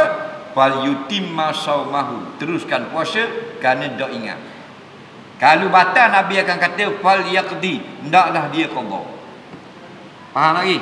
Tidak batal. Jadi dia ingat ke tak puasa, dia buat benda yang membatal, tidak batal. Dah kalau jima, tak batal juga. Tidak ingat. Tidak ingat puasa, dia pun jima. Tengah-tengah jima teringat. Wajib cabut kerih serta merta. Simpan balik di tera tu. Faham lagi? Kalau sikit lagi balik awal. 3 bulan 2 bulan berturut-turut kena qada. Soalan seterusnya, apakah hukum orang laki-laki atau perempuan pakai seluar ketat nampak tubuh? Orang laki-laki makruh pakai baju ketat di luar rumah. Makruh. Macam pakai pakaian jabat dah, orang lelaki seluar selek jabat tu seluar ketat. Bentuk punggung, bentuk peha, bang, makruh. Tapi kalau nampak bentuk Angry Bird, haram. Faham Angry Bird? Lato-lato. Faham? Tu haram tu. Orang main atuk, ketak. Faham? Macam setengah budak basikal kan? Basikal. Dia pakai seluar, apa nampak Angry Bird ni? Itu haram. Dosa lah tu. Yang kata makruh ni laki-laki bentuk bekas pehanya, bentuk lututnya, bentuk betisnya, bentuk perutnya, itu makruh. Adapun perempuan haram kalau nampak bentuk badan di luar rumah. Laki-laki makruh, perempuan haram. Jadi ramai ni jadi ramai balik dah. Nak KTCC, Pulau Warisan, nak tengok buk beriah, seluar ketat, jin ketat, baju ketat. Suami kalau tak marah, suami juga berdosa. Bukan suami pakai ketat berdosa, suami membiarkan isteri melakukan maksiat. Tak kira mu anak agung, anak sultan, anak Perdana Menteri, anak timbalan hak gugur kes, anak menteri biasa, anak YDP, tak ada peduli. Anak ustaz, anak tok guru. Faham? Tak boleh pakaian ketat di luar rumah. Kerana menampakkan bentuk badan, dikira telanjang di sisi Allah, ahli neraka. Nabi kata simpani min ahli nar. 2 golongan ahli neraka. Lam arahuma, aku tak dang dengan golongan ini. Antaranya Nabi kata nisaun kasiyatun ariyatun ma'ilatun mumilatun. Orang perempuan pakai pakaian tapi menampakkan aurat atau nampak bentuk badan. Apa hal ni? Kita tengok bandar-bandar ni. Patah-patah batu buruk, drawbridge, bukan semua ada. Pakai apa? Baju nampak bentuk perut. Bentuk perut ni nampak ketat kan? Pakai luar nampak bentuk punggung 2 teh belakang. Bentuk kopek nampak ni 2 teh tak ada. Betul tak? Halal ke haram? Kita tengok juga belaluk mata-mata. Tak? Hukumnya haram belaka tu. Basuh najis, hilang bau, warna dan rasa. Adakah bau dihukumkan najis? Bau pun najis. Ada bau, najis ada. Contohnya tangan ni bau tai ayam. Bermakna kena tadi, dia pun basuh, wajib. Tapi kalau basuh dah, bau tu kuat sungguh. Basuh dengan sabun, dok tangga juga bau, dimaafkan. Sama macam baju kena darah merah, kita basuh dah, ada lagi warna merah, dimaafkan. Dia 3 sifat najis: rasa, bau, warna. Ada sifat yang degil, dimaaf. Yang tak boleh 2 sifat, warna ada, bau ada, tak boleh, kena basuh. Yang ada sifat, dimaafkan. Soalan seterusnya, saya beli tanah dalam gerang ramai nama, sedangkan dalam gerang keluasan lain atau tanah lain, hak mana saya nak ikut? Saya beli tanah dalam gerang nama ramai, sedangkan dalam gerang keluasan lain atau tanah lain. Sudah. Gerang 1 ekar, tanah 2 ekar. Mana kira? Salah mu ni. Kalau jabat tanah ada gitu. Tapi kalau poin-poin tak tahulah. Per. 835 kaki. Tiba-tiba kira 836. Tu tak pelik tu. Jadi betul semula, kena cek balik. Apakah hukum melambatkan pembagian pusaka? Hukumnya kalau sengaja nak melambatkan harta orang haram. Tapi kerana lambat pengurusan dimaafkan. Pengurusan hasil pusaka ni dia ada 2 minggu siap lalu. Kurang 2 bulan daripada kematian baru selesai. Tak? Jadi jangan tahan-tahan dengan sengaja. Tahu dah nak baris dia nak harta, kita sengaja buat lambat-lambat. Sengaja tu haram hukumnya. Tak? Adakah semayang sunat tergantung kalau semayang wajib belum selesai? Ya. Semayang sunat itu tergantung. Maksudnya sah tapi belum dikira. Kerana yang dikira solat wajib dulu. Ada 2 perkara awal Tuhan kira dulu. Yang pertama darah kita, kalau ada bunuh orang, ada cedera orang. Yang kedua solat kita. Nabi kata awaluma yuqda bainan nas fid dima. Awal-awal kes kita bicara hari kiamat darah orang dulu. Wa awaluma yuhasabul ali abdu as-solah. Dan hak dikira dulu amalan semayang. Maksudnya kalau ada semayang cukup, baru yang sunat itu boleh duduk bersama. Kenapa? Kerana 5 waktu hak wajib itu tiang agama. Umudus solat, umududdin as-solah. Tiang-tiang agama itu semayang.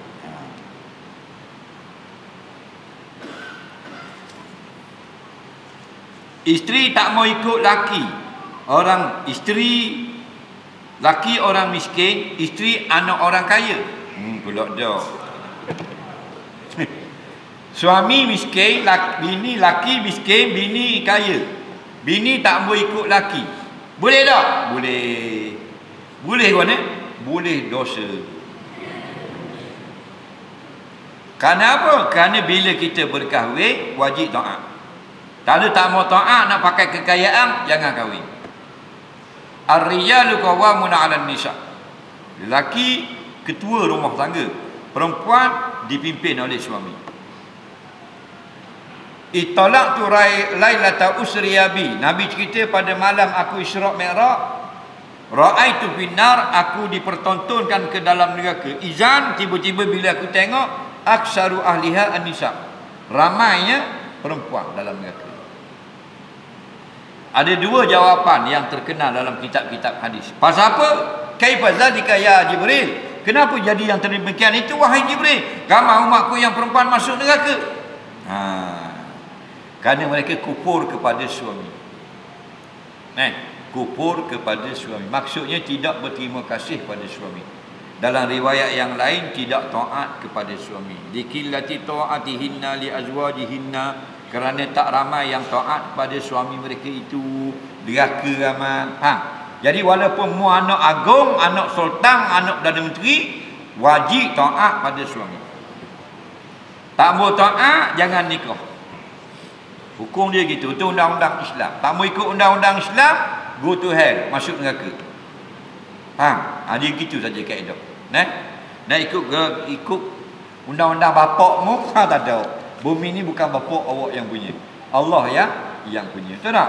Neraka, masuk neraka. Soalan seterusnya. Kita nak tahu mana ujian atau balasan daripada Allah. Apa makna ujian? Ujian ni bahasa Melayu, bahasa Arab panggil bala. Balasan Arab panggil jazak. Okey? Ujian ini, bala ini kalau kena atas orang beriman, contoh rumah Tok Imam, Tok Bilal, Tok Syiah, orang semayang, orang berzakat, orang puasa, tapi Allah susahkan terbakar rumah dan sebagainya, Allah nak beri pahala. Allah nak beri kebaikan dia berlipat ganda di akhirat sana. Dia panggil uji. Dan yang paling banyak Allah uji dengan bala Nabi. Lepas tu Nabi kata asyadul bala al-anbiya. Yang paling banyak turun bala Nabi-Nabi ya. Sebab Tuhan sayang. Faham? Tapi kalau turun bala itu kepada orang kafir, musuh-musuh Allah, itu adalah azab. Benda yang sama, banjir, terbakar dan sebagainya, azab balasan Allah. Cuma di dalam ujian itu ada kalanya jazak balasan. Contoh dalam bab yang Nabi kata dibalas dalam dunia, iaitu aqul walidain, siapa yang derhaka pada dua ibu bapa, Allah balas di dunia. Waktu kadang-kadang perniagaannya tu bankrupt. Kenapa? Derhaka ibu bapa. Jadi uji dengan bankrupt, dan dalam uji itu ada balasan. Tapi tidak semua ujian itu balasan. Contoh, yang diuji itu orang baik-baik, para nabi, orang soleh, alim ulama, tutup wali, kan Allah uji. Betul tak? Itu bukan balasan. Itu adalah nak naikkan martabat mereka itu.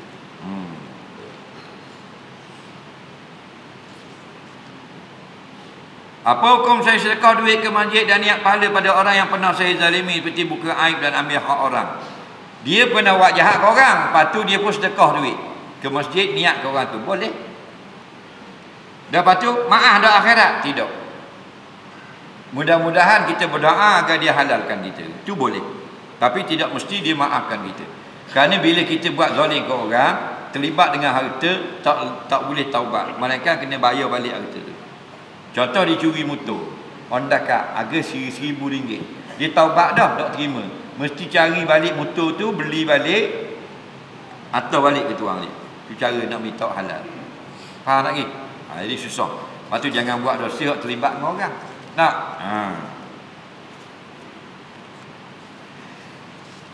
Kita baca surah lepas Fatihah dalam solat tapi dengan salah sebab lupa hafalan. Kalau tersalah, maka kurang pahala. Sengaja salahkan, berdosa. Tapi kalau dalam bab rukun kauli seperti Fatihah, bila tersalah, walaupun dimaaf, tak sah semayang. Kena ulang dengan bacaan yang betul. Banyak kita yang tak betul ni, bacaannya tidak berbunyi. Bukan kata tak betul, bunyi bodoh. Itu bukan bacaan. Rukun kauli. Apa makna rukun kauli? Kewajipan yang berbentuk lafaz yang bersuara. Apa makna kauli? Al-lafzu minas saut. Lafaz mengeluarkan suara. Mesti bunyi. Kalau takbir, wajib bunyi 8 huruf. Alif lam lam ha Allah, alif ka bara akbar. Kena dengar di telinga. Kata ulama, al-isma' bi nafsi, dengar sampai telinga. Allah akbar. 8 huruf dengar. Sah. Tapi kalau dengar pak saja, pak tak dengar, tak sah. Contoh, Allah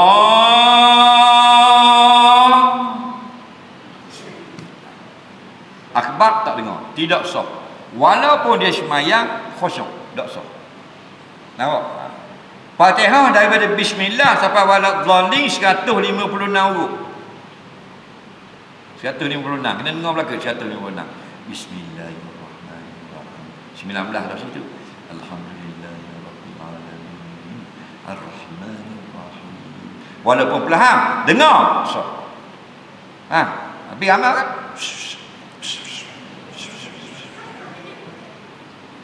Semayang teduh sela, bunyi ulo. Mazhab ni mazhab Abul Arifin, Ayuh Pin. Betul tak? Ada sah siapa suruh dak ngaji? Ngaji molek, biar jadi molek mula. Nabi kata sallu kama raaitumuni usalli, semayang macam aku semayang. Nabi semayang berbunyi. Ra'aitu Rasulullah SAW yaqra'u fi qiyami. Aku dengar Nabi membaca ketika dia qiyam. Kan dengar tu. Nah, kita tak bunyi ikut pandang kita. Dahlah takbir tu pelik-pelik. Nabi akak takbir ni tangan sini. Allah. Kerana Nabi SAW kata Ibnu Umar, kerana Nabi SAW iza qama ila salah qala Allahu akbar wa rafa'a yadahi hazwa mankibai. Nabi bila dia nak sembahyang, dia berdiri, dia kata Allahu akbar, tangan dia ni sampai kat bahu. Kita bawah ni Allah. bawah ni mana ada riwayat hadis ni sini. Nabi kata sembahyang macam aku sembahyang. Hak kita tak nampak, maaf. Hak nampak dah kita adil buat tak lain kok. Nabi pegang lutut, mu pegang betih, tangan macam siamang, pabung. Mu pegang peha, dah betul mu. Betul dah batal. Tapi makruh kata ulama, sengaja tak mau pegang lutut. Nabi pegang lutut. Nah.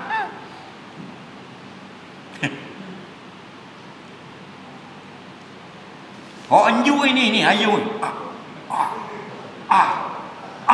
Macam nak dayung perahu. Apa benda? Ini bid'ah, bid'atun khabisatun, bid'ah yang keji, bodoh sangat. Nah. Mana lebih afdal, ibu atau ayah membantu anak dalam buat kerja sekolah? Pula dah. Kerja sekolah. Hak mana yang berkesempatan duduk di rumah, ada ayah, ayah lah dahulu, ada mak, mak pula. Faham? Sebab tu asalnya kalau ada mak, ada ayah, wajib atas ayah. Tetapi bila ayah tu tak ada, baru wajib atas mak. Kenapa? Al-mar'atu ra'iyatun fi baiti zawjiha. Seorang ibu bertanggungjawab dalam rumah suaminya.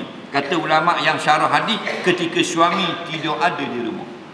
Jadi mak ketua tanggungjawab. Nampak?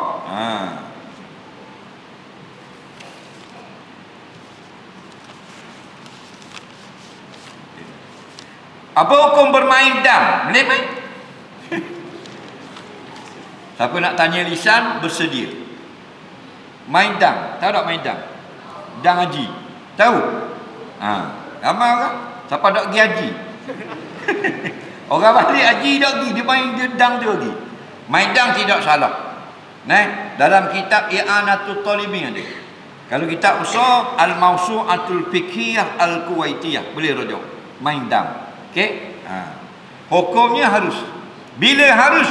Main sepapang, 2 papang. Hari ni Tok Bila menang 2-0. Esok ajak Tok Siok lawan balik. Balas dendam. Mu Tok Bila menang 2-0 bagai. Hari ni lawan balik lagi. Tok Siok kata, lawan. Main 2 papang. Seri final. Itu baru orang main sikit-sikit. Baru dia panggil hobi. Ni dak turun pukul 8, garik dak alik lagi. Itu bukan hobi, gila babi namanya. Faham lagi? Nampak tak? Lepas dah balik rumah, muka dapat kotak macam tu 2 water muka. Bukan berlebih-lebihan. Islam bukan agama menghalang, dia mengawal. Main boleh, nak main snooker boleh, badminton boleh, nak main bowling boleh. Tapi jangan siapa berkejar-kejar, apa nak balik, pada kena tikah mayang tu deh. Main burung apa? Burung 30,000 sekor, bala tu. Kalau pakai kereta Mercedes boleh tahan, rumah banglo. Burung 30,000, rumah macam gok ayam. Patut beli burung 300 dah. 30,000 buat rumah biar anak bini boleh duduk senang, betul tak? Ada orang burung lah 10,000 pakai Honda kat burung. Tokak tak ada, sana di batang naka gitu. Apa salahnya kalau burung tu 10,000, beli kereta Honda Accord second hand, betul tak? 8,000 je. Untuk anak bini senang naik kereta. Tak, burung 30,000. Motor buruk pakai. Buat gendong anak duduk olahraga, bini duduk tak pelik. Kali turun bini bekas punggung, petok punggung bini, duduk tak pelik. Bukan marah main. Orang main burung, orang minat burung, dia ropai tak kan? Ropai tak kan? Orang minat burung, minat motor, kaki burung titik. Nitah awet lawa, tak cara, dah tengok pun. Pasal dia hati dia burung. Betul tak? Jangan ngai orang cerita hana ada, dia cerita ikan makan tapi ada orang main burung itu. Janda duduk tepi jalan tu, comel latih, dah tengok. Tapi tengok burung titik duduk atas rati. Lacong tu sikap larut gitu. Jerapar gitu. Siap angguk kiu-kiu. Burung jangan balik. Rukut-rukut. Faham? Tak. Siapa nak tanya soalan dia? Kalau kita main, lepas tu kita lanjut sujud, berada kat rokok ni kena tak? Kita nak rokok, patu sujud. Sujud itu tidak sah kerana rokok belum. Dia kalau rukun yang selepas, tidak ada rukun yang sebelum, rukun selepas tidak dikira. Maknanya cara sah sujud mesti rokok dulu. Awak dah rokok, lepas baca surah terus sujud, maka wajib kena berdiri iktidal. Kena berdiri dulu, qiyam. Bila berdiri, rokok semula. Nanti sebelum salam sujud sahwi. Lagi soalan. Dia. Jangan takut. Mana? Dia. Bangun nak tanya bangun. Kita ambil air semayang. Ambil air semayang. Terus dia ada basuh kepala, basuh lengan apa? Nak basuh kaki, air kena kepala pula. Nak basuh kaki? Air kena kepala pula. Air kecing? Air mandi ni. Lepas tu, soalan dia? Tetik kita. Dau. Kena ambil semua. Tak payah ambil. Tak ganggu tertib. Bukan kita buat. Yang tak bolehnya kita basuh kepala, basuh tangan, basuh kepala, basuh kaki dulu. Dia potong gitu. Nampak? Patut basuh kepala dulu, bahang kaki dulu, kepala kediam. Itu baru langgar tertib. Ni air nitik tak ada masalah. Lagi soalan. Ya. Perempuan yang haid. Perempuan yang haid nak mari di masjid, kat mana boleh duduk? Tempat yang boleh niat iktikaf tak boleh. Kat mana boleh niat iktikaf? Tempat yang sah solat tahiyat masjid. Di mana perempuan tak boleh? Dewan utama semayang tak boleh masuk duduk. Beranda luar harim tak boleh. Mana-mana bilik yang bukan untuk semayang boleh. Bilik imam bukan untuk orang semayang boleh. Bilik komputer bukan untuk orang semayang boleh. Faham? Tandas bukan untuk orang semayang boleh. Tempat letak kasut bukan untuk orang semayang boleh pergi situ. Tempat yang orang boleh penuh dewan utama, orang akan pergi semayang di beranda tu, beranda tak boleh. Tapi masuk boleh, tak boleh berhenti. Perempuan haid boleh masuk dalam masjid, tak boleh berhenti, berdiam diri tak boleh. Dia litah aja boleh. Lagi soalan. Ya.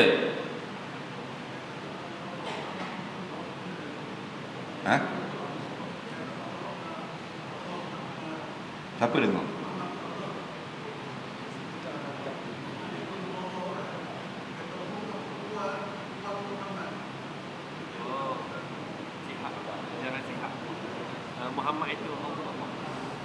Muhammad itu Allah. Allah itu Muhammad. Allah makhluk jadi. Apa tu? Soalan dia. Betul ke tak? Baik, selama ni kita duduk tahu ni Allah tu makhluk ke khaliq? Tuhan ke makhluk? Dan Muhammad tu makhluk ke Tuhan? Siapa yang mengatakan Allah itu makhluk, kafir. Faqad kafara jihara. Dia sudah menjadi kafir jelas terang-terangan. Nampak? Allah itu khaliq yang mencipta, Muhammad itu makhluk yang kena cipta.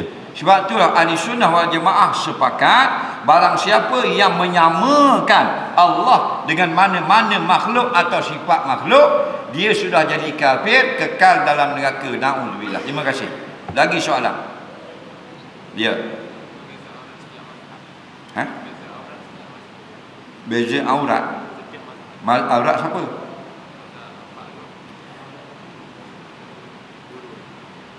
Panjang lah kita. Biar khusus soalan. Aurat laki-laki antara lutut sampai kepada pusat. Itulah 4 mazhab.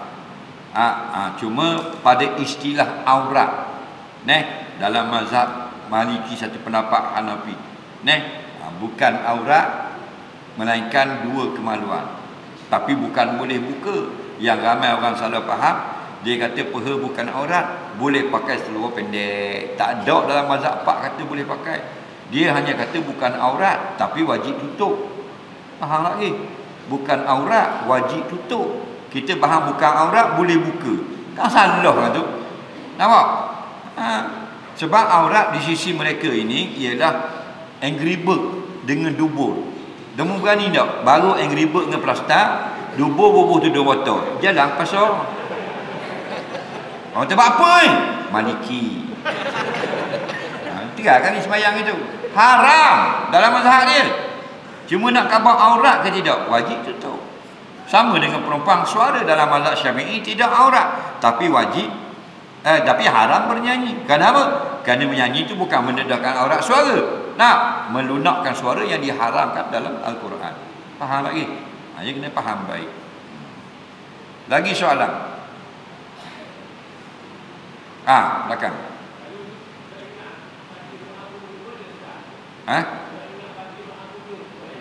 Dah ingat baca doa kunut. Pada dah baca dah.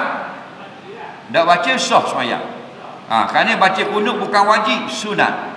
Siapa baca dapat pahala, tak baca tidak berdosa. Okey? Bagus. Lagi soalan. Cepat. Adik. Dia ada. Siapa nak tanya lagi?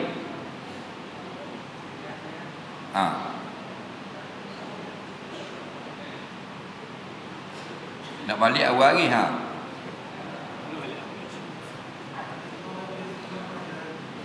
Bersugi.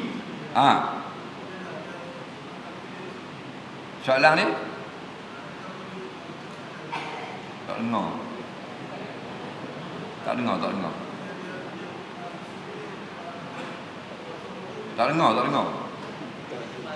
Masa wuduk dia bersugi.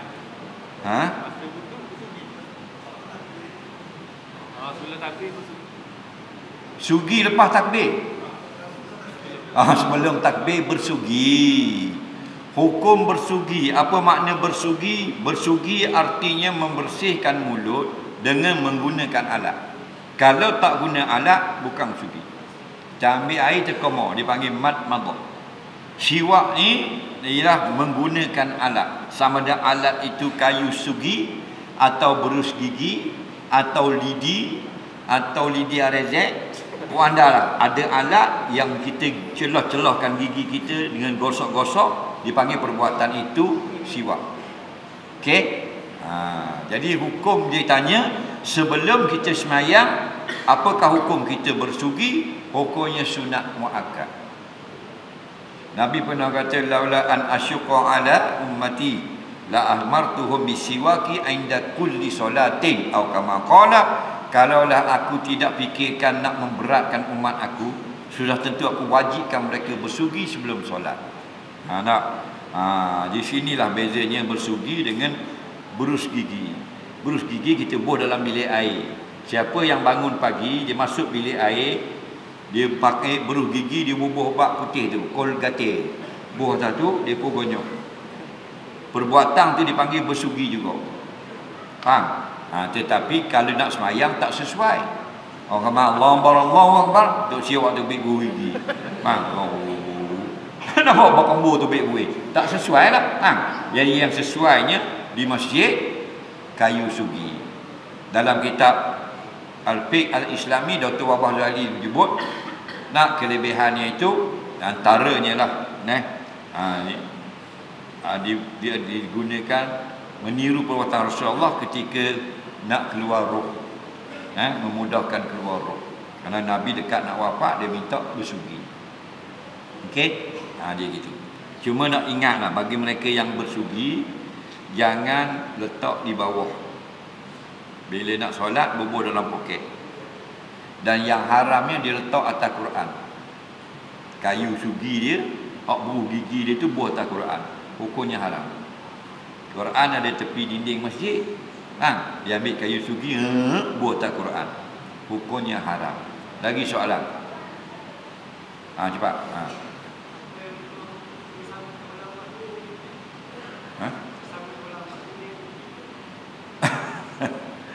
Iblis apa dia? Iblis ni wakana minal jin.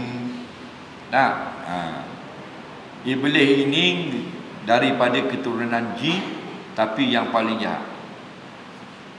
Ulama ni manusia. Nampak? Jadi kita serupakan ulama dengan iblis.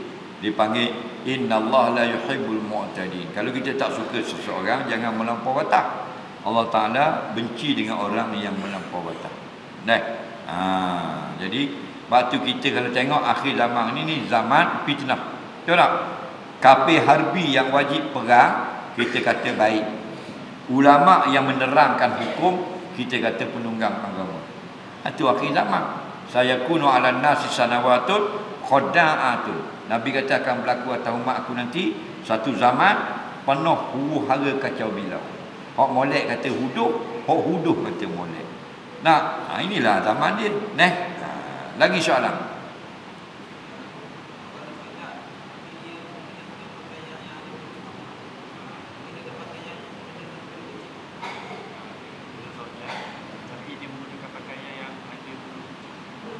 Solat pakai baju ada kena bulu kucing. Okey. Bulu kucing ini semua bulu binatang yang tidak tercabut, melainkan babi dan anjing, suci belaka. Maksudnya bulu di tubuh. Bukan cabut bulu di tubuh. Lain pada anjing dan babi Semua binatang bulu-bulu dia tu di tubuh masa dia hidup suci. Bulu kera kata kera ada bulu kera kita nak mayang kita gosok kepala kera duduk diam dah nak mayang jap. Tak wajib basuh pasal suci. Bulu beruk, bulu rimau, bulu musang, bulu ayam kalau ada, bulu kura, bulu menderi, bulu cacing. Semua jenis binatang melainkan anjing babi bulunya suci. Tetapi binatang yang boleh dimakan kalau tercabuk suci. Binatang boleh makan dia binatang hayawan makul. Lembu bulu dia cabuk suci. Ayam bulu cabuk suci. Kambing bulu cabuk suci. Itik asa bulu cabuk suci. Unta bulu cabuk suci. Kijang bulu cabuk suci. Binatang yang ghairul makul tak boleh makan, cabuk najis. Bulu beruk cabuk najis. Faham lagi? Bulu kera cabuk najis. Bulu rimau cabuk najis.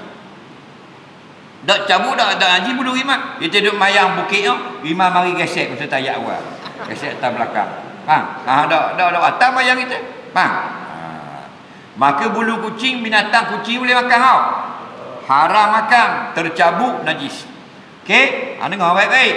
Maka ulama-ulama berfatwa 2 helai atau 1 helai dimaafkan. Sehelai atau 2 helai kena di piah kita, di tangan kita, ada di baju kita masa semayang. Najis yang dimaafkan. Bila kata dimaafkan, solat itu sah. Itu pendapat muktamad yang difatwa. Okey?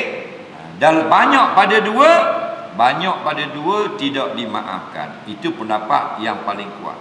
Ada satu lagi pendapat yang dhaif dalam mazhab Syafi'i. Nak dengar tak? Banyak pun dimaaf. Ada contoh lepas mayang kita tengok di jubah kita ada 15 helai bulu kucing. Pendapat muktamad tak sah. Kau dhaif sah. Dengan syarat bukan kita sengaja. Pendapat yang dhaif. Pendapat dhaif boleh tak kita orang awam ni hak surah panjang nak amal? Boleh, silakan. Yang tak boleh kita jadi mufti, kita fatwa dengan kaul dhaif. Tak boleh. Bila kita dah jadi mufti, fatwa kaul muktamad. Faham lagi? Terima kasih pada semua yang bertanya, yang memberi sumbangan derma. Pihak masjid ucapkan jutaan terima kasih. Allah saja sempurnakan balasan pahala berlipat ganda di akhirat sana. Mohon maaf atas segala kekurangan. Semoga dipertemukan pada kali yang lain. Allah manfa'na bima 'allamtana, alimna bima yanfa'una. Rabbana zidna ilma, Rabbana atina fid dunya hasanah fil akhirati hasanah wa qina adzabannar. Wa sallallahu sayyidina Muhammadin wa ala alihi wa sahbihi wasallam. Walhamdulillahirabbil alamin. Assalamualaikum warahmatullahi wabarakatuh.